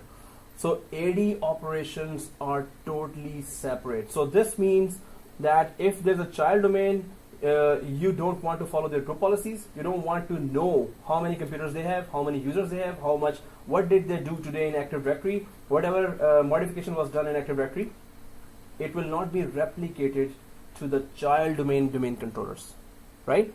So normally what happens when root DC and replica DC in the same domain, suppose you made a change in the replica DC here. You created 10 users. 10 new users. We just created 390 users now, right? So as soon as you do any modification in any domain controller, what happens? It must replicate that right away. It replicates that right away within the LAN. So there is a rule for that as well. So within LAN, DCs talk to each other. Within LAN, DCs talk to each other. I think I said that before as well. Each other every 45 seconds up to 1 minute. Depends on the network usage and bottlenecks. within LAN, every 45 seconds up to 1 minute, after the modification is done, within seconds the modification will be updated to the domain controller, right? But on WAN, DCs talk to each other every 180 years. Okay, 180 minutes exactly. 180, which is 3 hours exactly. So they talk to each other every 180 minutes, or which is just 3 hours. Every 3 hours they update each other. Hey, I have 5 users, I have 10 users. So across the WAN they cannot update each other every second. You know why? Traffic. It's gonna take down the WAN, right? So every 3 hours domain controllers will talk to each other if they are supposed to talk to each other. Yeah. If that is the case, the scenario I showed you, isn't it simply replicated? Right away, yes. So why like that? Is replication working? Then that will be the question. And that may not be the only one, only troubleshooting step. There could be many others. Check the event logs. Right. So that is just one guess I'm giving. There could be many others. So anyway, yes, between the two branches where you don't have a child domain, there is no separation of AD administration. So a separation of AD administration is actually connected to the child domain. So this is related to that. Separation of AD administration. If you did not create a child domain or a tree domain in New York branch, and you just implemented replica DCs, so this means whatever is going on in these domain controllers will be replicated every 3 hours in these domain controllers as well. While you decided to create a child domain here, now whatever is going on in this root domain, or in the parent domain, will not be replicated to these child domain controllers. They have separation of AD administration. Why would they want to do that? Because, and this is a child domain. This is London.netplus.domain.local, and that is netplus.domain.local. One is the parent domain, one is the child domain. But they don't want to talk to each other. You need to go there and do some family consultancy. Okay, no. So they don't want to talk to each other because They don't want to talk about the GPOs or policies or... exactly. Suppose the business model is different. Suppose they are doing business in London a different way, and they have different business needs there in Toronto, right? So they want to work their own policies. They want to work on their own. Suppose the separation of AD administration, it could be because of political reasons. It could be because of you want to create a test environment. You can create a child domain in Toronto as well, as many child domains, right? In Toronto as well. So the main thing is that main reasons, either you want separation of AD administration for test environment, or you want it because of the political reasons.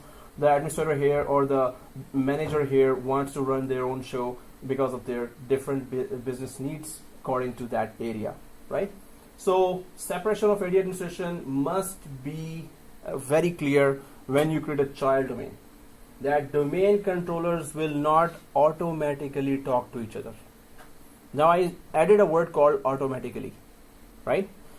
So that domain admin, let's suppose that admin cannot talk to child domain. domain controllers having any modification, automatically that modification will not be copied there to the child domain DCs from the root domain DCs, right? Parent domain DCs. So automatically any modification will not be, but your question is, will domain admin not be able to access those servers? So exactly, so he will be able to. Domain admin is exactly parent domain. He has access to Exactly. The access wise, administrators have access to those domains. They can make any changes they want. Domain controllers will not automatically talk to each other. You create what domain controllers do. What you can create groups, security groups. You can create distribution groups if there's Exchange server as well. You can create users, computers, printers, A records, DNS records as well, because it's AD integrated. So whatever happens there, it gets replicated within the Active Directory. It gets replicated. But with child domain, it will never get replicated anything within Active Directory. But does the domain admin sitting there has the right to create a user in the child domain? Yes, he does. He or she does. Right? So manually you can create any user here. Manually you can give access to any user there to any resource here manually. Automatically they don't update each other with each other's modifications. Whatever network assets you've created inside the Active Directory or AD assets you've created, they don't replicate with each other. So hence you will create child. If you don't want that, if you actually want, so this is the model. You don't go for creating a new domain. You just add replica DCs there. One replica DC here because you have communication, VPN communication between the two branches. Just add another replica DC here for local authentication. AAA, right? But whatever you do there in domain controllers, every 3 hours, it will be updated here. But it will not be updated here because it's a child domain, it's separation of AD administration. Do we understand that? Yes. Right? Yeah? What's the protocol used to communicate between servers? Is that you or LDAP. LDAP? Yeah, between the Active Directory services. So here, then this is child domain, so what's the purpose of tree domain? So first of all, separation of AD administration applies here as well, right? So separation of AD administration, but its purpose is different. So tree domain also, it's separation of AD administration, but the purpose here is that if you want to retain the name of your business, suppose your company bought another smaller company, it's very profitable, and it has a Bitcoin mining already going on, and you really want to buy that company now. So again, the Bitcoin price is up now. I'm just kidding. Oh, okay. Who's talking about Bitcoin here? Come on. Okay. So here, tree domain, it's a totally separate name. What do you do? What do you mean by that? So it is still part of the same forest. It will still have separation of administration, AD administration, but it would be like Bitcoin I'm rich. Well, you could just put anything there, right? So this, if I put a name like this for the domain and put that name and it's hosting, this root DC is hosting that, we have no idea. As an administrator we would know, but end user would say, hey, this company has nothing to do with Netplus domain or local. Who's this? But it will be same like child domain, but it will have a separate name. Suppose your company bought this company and this company's name is the main thing that is giving you business, is giving you money. If you change the name, you lose your customers. They don't trust you anymore, right? Who's this new guy, right? New company. So you retain the name and all the resources that are created here, like server 1. So server 1.bitcoin.imrich, right? Server 2.bitcoin. So all the network resources will follow this name while being part of the same forest, right? While being part of the same forest, you can retain a totally different name. That is called a second tree.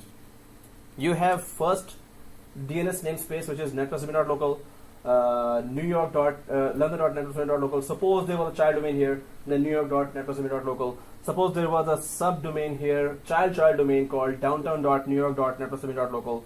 But same Netplus domain.local keeps going. Same name is being used in the end, right? Same name is being used. But here, you want to go for a totally different name, but still be part of the same forest. Because the employees of this new company still wants to access the resources of the other branches of this company. That's why you want this company to still be added in the forest, but you want this company to retain its name.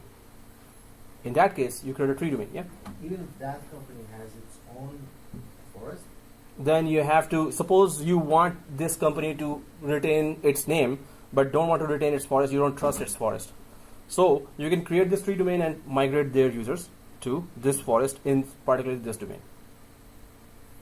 Right? So you can migrate the users from their forest and then decommission the forest, the whole thing. Otherwise, you have to go there and see the loopholes there, what are configurations there. So you say that, oh, we have better configured security-wise and network-wise our forest. So we're just going to create a tree domain for them, and we're going to migrate their users. So you can do that and then decommission the whole forest and domains they have, right? So do we understand the purpose here? Child domain within one tree can be created. As many child domains can be created within one tree. But when you go for tree domain, this means you're creating a second tree now. Second tree means it's a totally different name and it will have its own child domains as well. So New York.bitcoin.imrich or downtown.newyork.bitcoin.imrich, right? So it will keep on creating its own child domain, but you will be creating that in the same forest because of what? You will be creating a totally different named domain within the same forest because of what? Making money. Okay, that's one reason, but what's the technical reason? No. Keeping the same name. Oh, name is different now, but it is still in the same forest. Why? Access the domain. Do you agree to that? He's saying access, he's saying access. Hey, that would be the answer. Come on.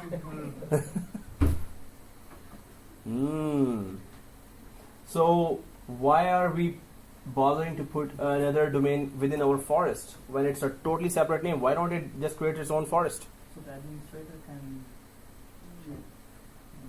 Administrator can access, yes, that's one thing. The main thing, as you guys said, the employees of this company wants to access the resources of the other branches in the same forest, other domains in the same forest. That's the only reason. Easier access of employees to each other's resources. That's the only reason. Otherwise, go create your own forest. If you have a different name, why are you joining our forest? To easily access each other's resources, network resources. That's the only reason, right? Keep your name, but still be able to access our resources. Although if you have a separate forest, you can create a forest trust. But that's a longer process. If you bought that company, now they're your employees. So it's up to you. You want to keep that forest separate. You want to put them as a tree domain and let their employees access your resources and your employees access their resources. Right? Do we understand that? Oh, we still have 1.5 hours. Dinesh is like, what? Oh, okay. No, it's okay. So, no, it's okay. It will be 2 hours. That is not 1.5. Okay, guys? Yep. Child domain separate administration. But following the same naming. But following the same naming.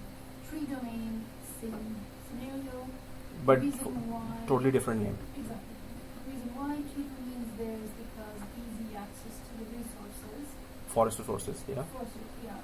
And But we're still retaining the name because that name is giving the business to the company.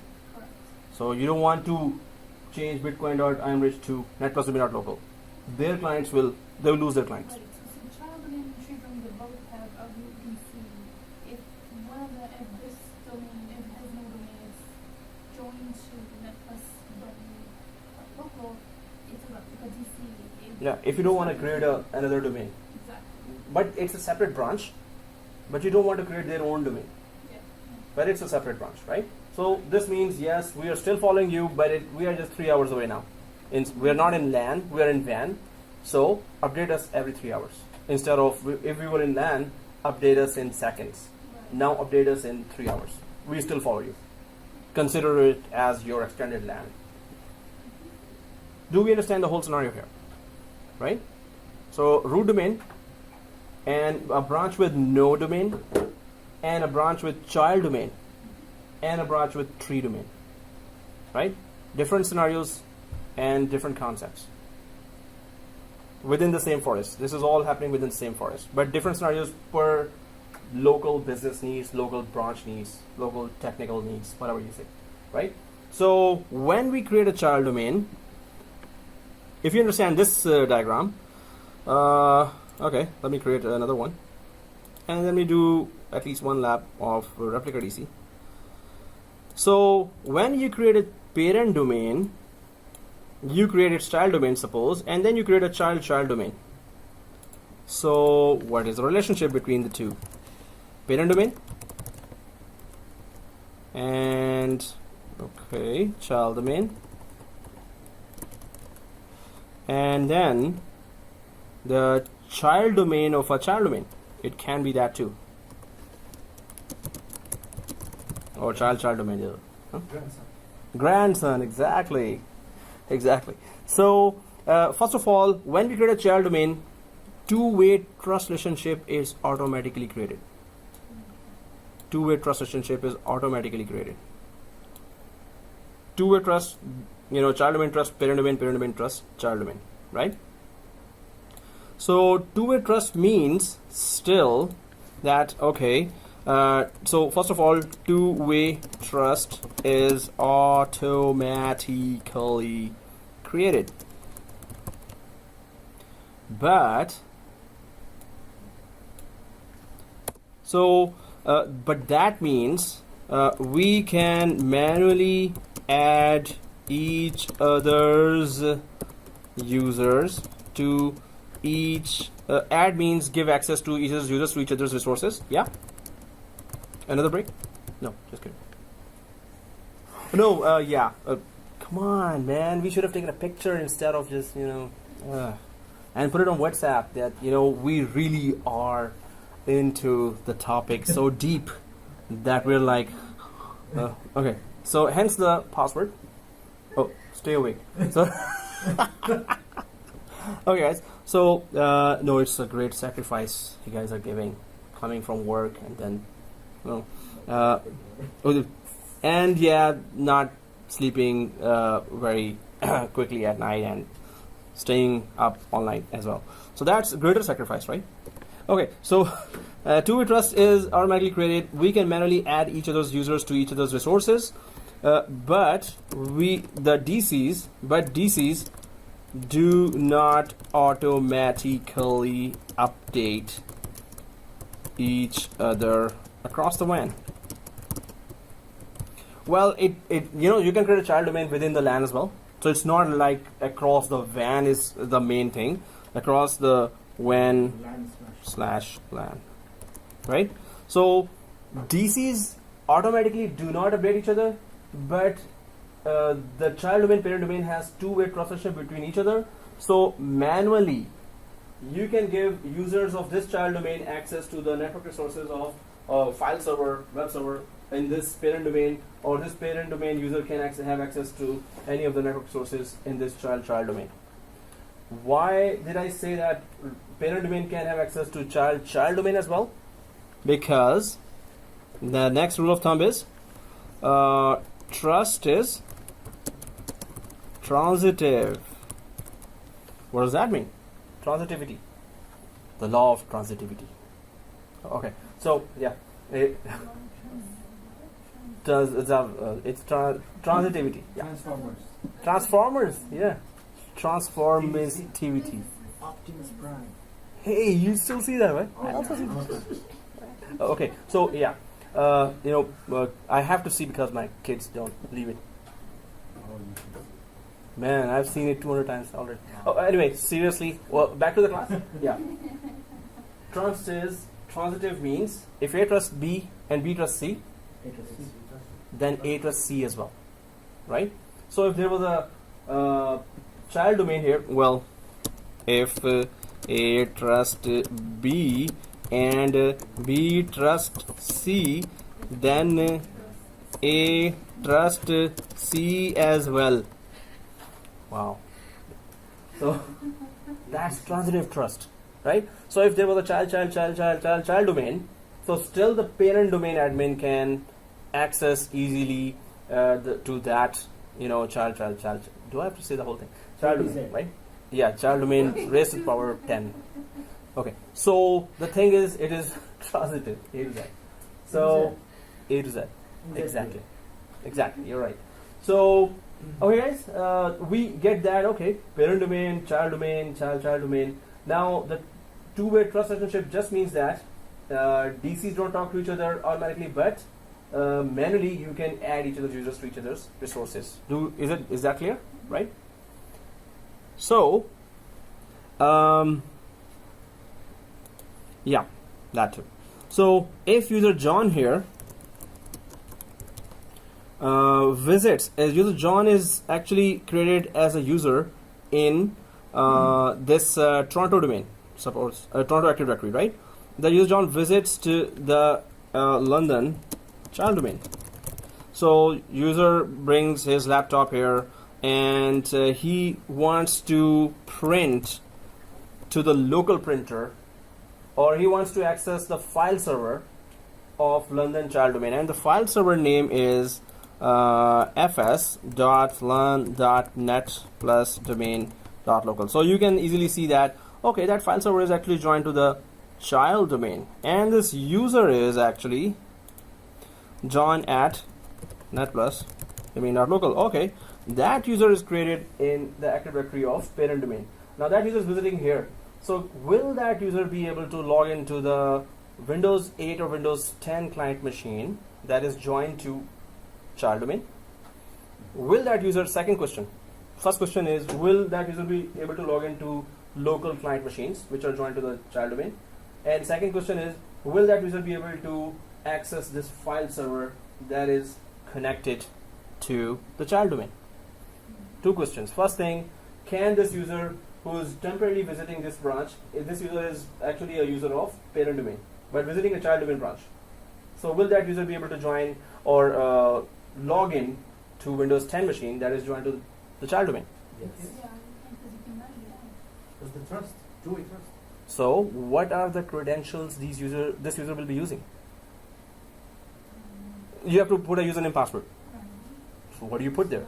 It's joined to child domain, and he doesn't have child domain credentials. He doesn't have a John at London .netplus.domain.local. He doesn't have those credentials. He uses parent domain credentials. Exactly.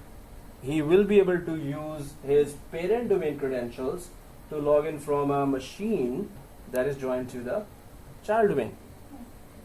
He is actually still connecting to its parent domain from the network of child domain, right? So that's the first question. Can he join? Yes, he can log in, because the machine that is joined to the child domain still recognize all the user accounts from the parent domain as well. So it will detect that. Machine will detect, oh, it's user of a parent domain. Let it use the credentials of parent domain and log in.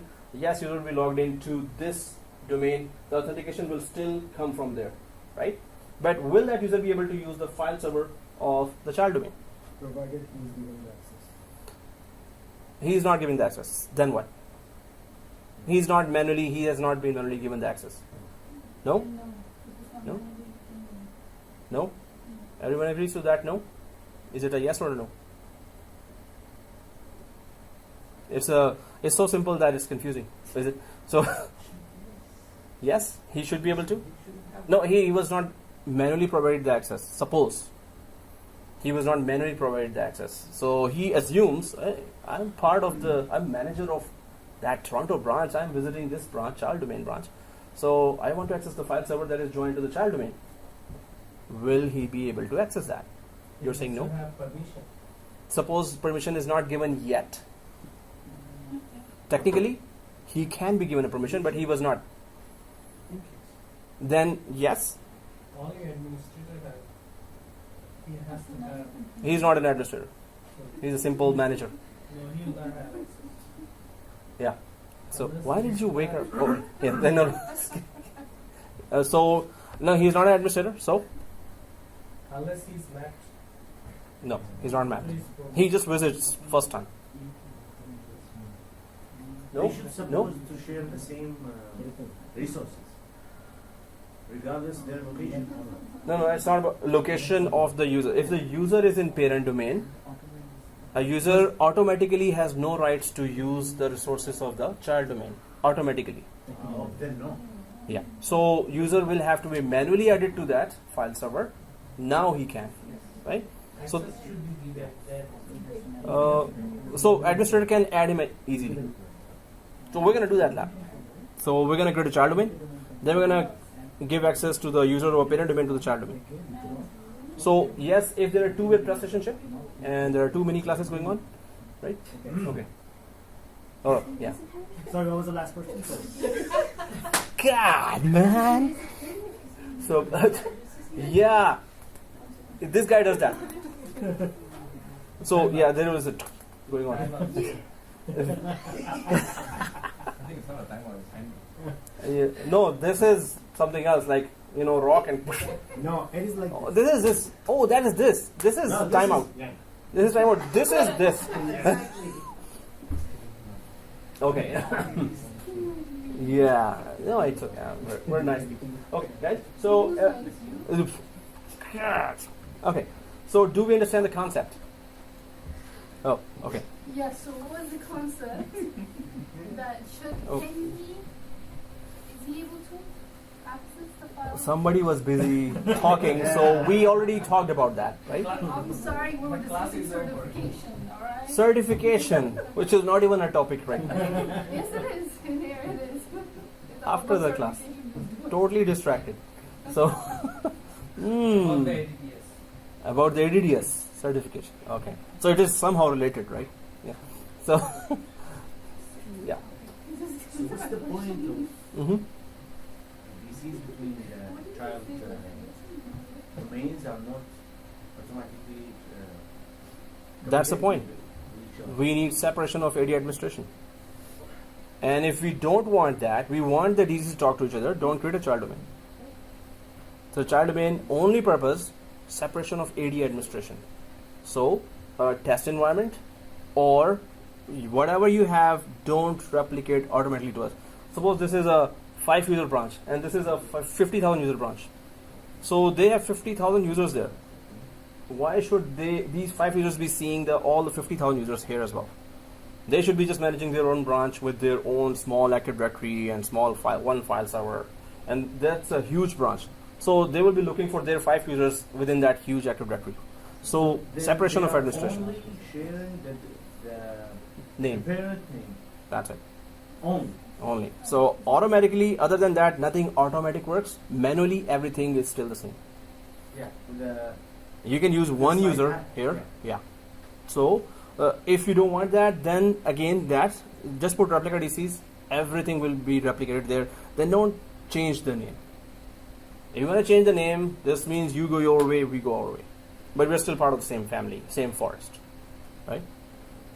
the previous window Previous diagram. diagram, yeah. Yep. When you're talking about creating the 3 domain. Mm-hmm. So what's the point of keeping that name?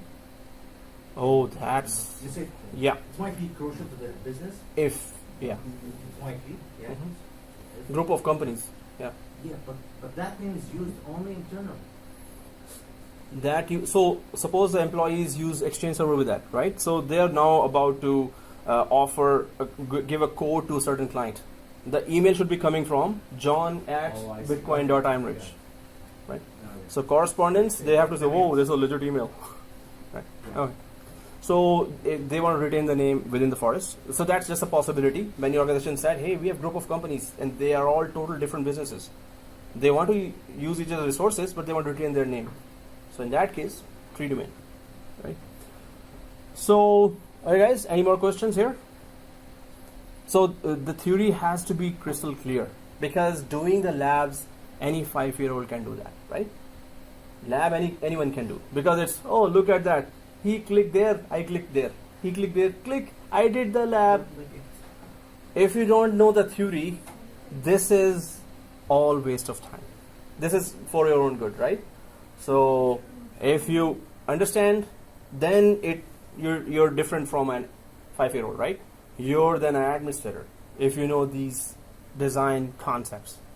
So doing the lab is click, click, click. You're gonna see that. So that's just anyone can do that, right? So if we understand everything, that's the main thing, right? If you're not understanding, please ask questions, clarify your concepts, right? So that's the main thing that that will get you a good job, or you will be surviving in any discussions or consultancies that you will be going for. So anyway, what we will go for is the first scenario, which is replica DC. Now creating a van. Hey, class is not over. Okay, so yeah. Oh, I can see the eyes now, and eyes are watching, and they're saying, "Hey, teach." You see the eyes working hard from morning. Can you understand? We need to go home, teach. So yeah, I'm trying to talk eye language there. and It's 9:30. it's not yet 9:30. It's 9:17. So if I start a lab, it will reach 9:45. So if I reach the 9:30, if I cross the 9:30 marks, after that, things will be thrown at me like that. So I'll be ducking here and there, right? So shall we continue in next class with all the labs? Or shall we continue now with first lab at least? Till 10. Okay, I got the message here.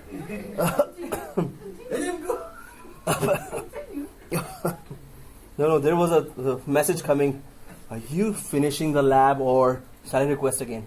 So, okay guys, 15 minutes left. Let's, okay, 10 minutes left now.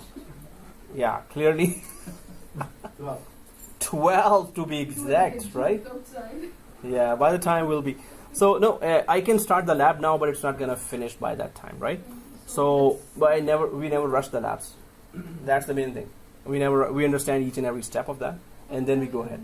We'll do it at home. Yeah. I mean, not for first class. First class, Yeah. I did not post. Hey, did I not post? I did not send the link, I think. So I'll be posting this and Yes. the first one. Yeah. It's okay. And you can use the new Japanese technology called email.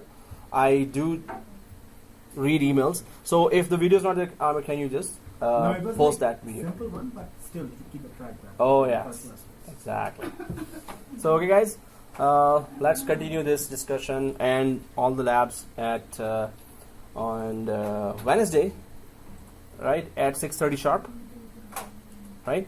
So on Monday, next Monday, I'll be here. So today there was no George Brown class, so that's why I was here at 6:30. Next Monday I'll be, I think 6:45 maybe. I'll be reaching here. So whenever I reach, I hope everyone is there already. If we can start at 6:45, that's better, right? So be there at 6:45. Give us a heads up, because today I was thinking at 7. Oh, okay. Heads up. Oh yes. No, it is 7. It was 7. We started at 7. We were waiting for you. We were early. So. Because I could have come early. Oh. Yeah, that's what we were thinking as well. He would have thought that. Yeah. Oh, just kidding. So okay. Yeah. Now we're gonna be emailing. If we are here, we're gonna email everyone. Hey, majority is here. If we could go faster. So okay, guys. We could do the replica DC but then you have to connect the two labs with each other. So replica DC, we're going to install, which we did before in previous course as well, easy one, but I need to connect that concept with the child domain, then I need to connect that concept with the tree domain. So we need to do those labs in one sitting, not in multiple days. But please see this video and follow those concepts, be very fresh with those concepts before coming to the next class, because then when we start the lab, I'll be asking you these. So have your notes ready or have this diagram in front of you. I'll be asking you questions according to these concepts there, right? You will be filling up the gaps there, right, yourself. So, okay.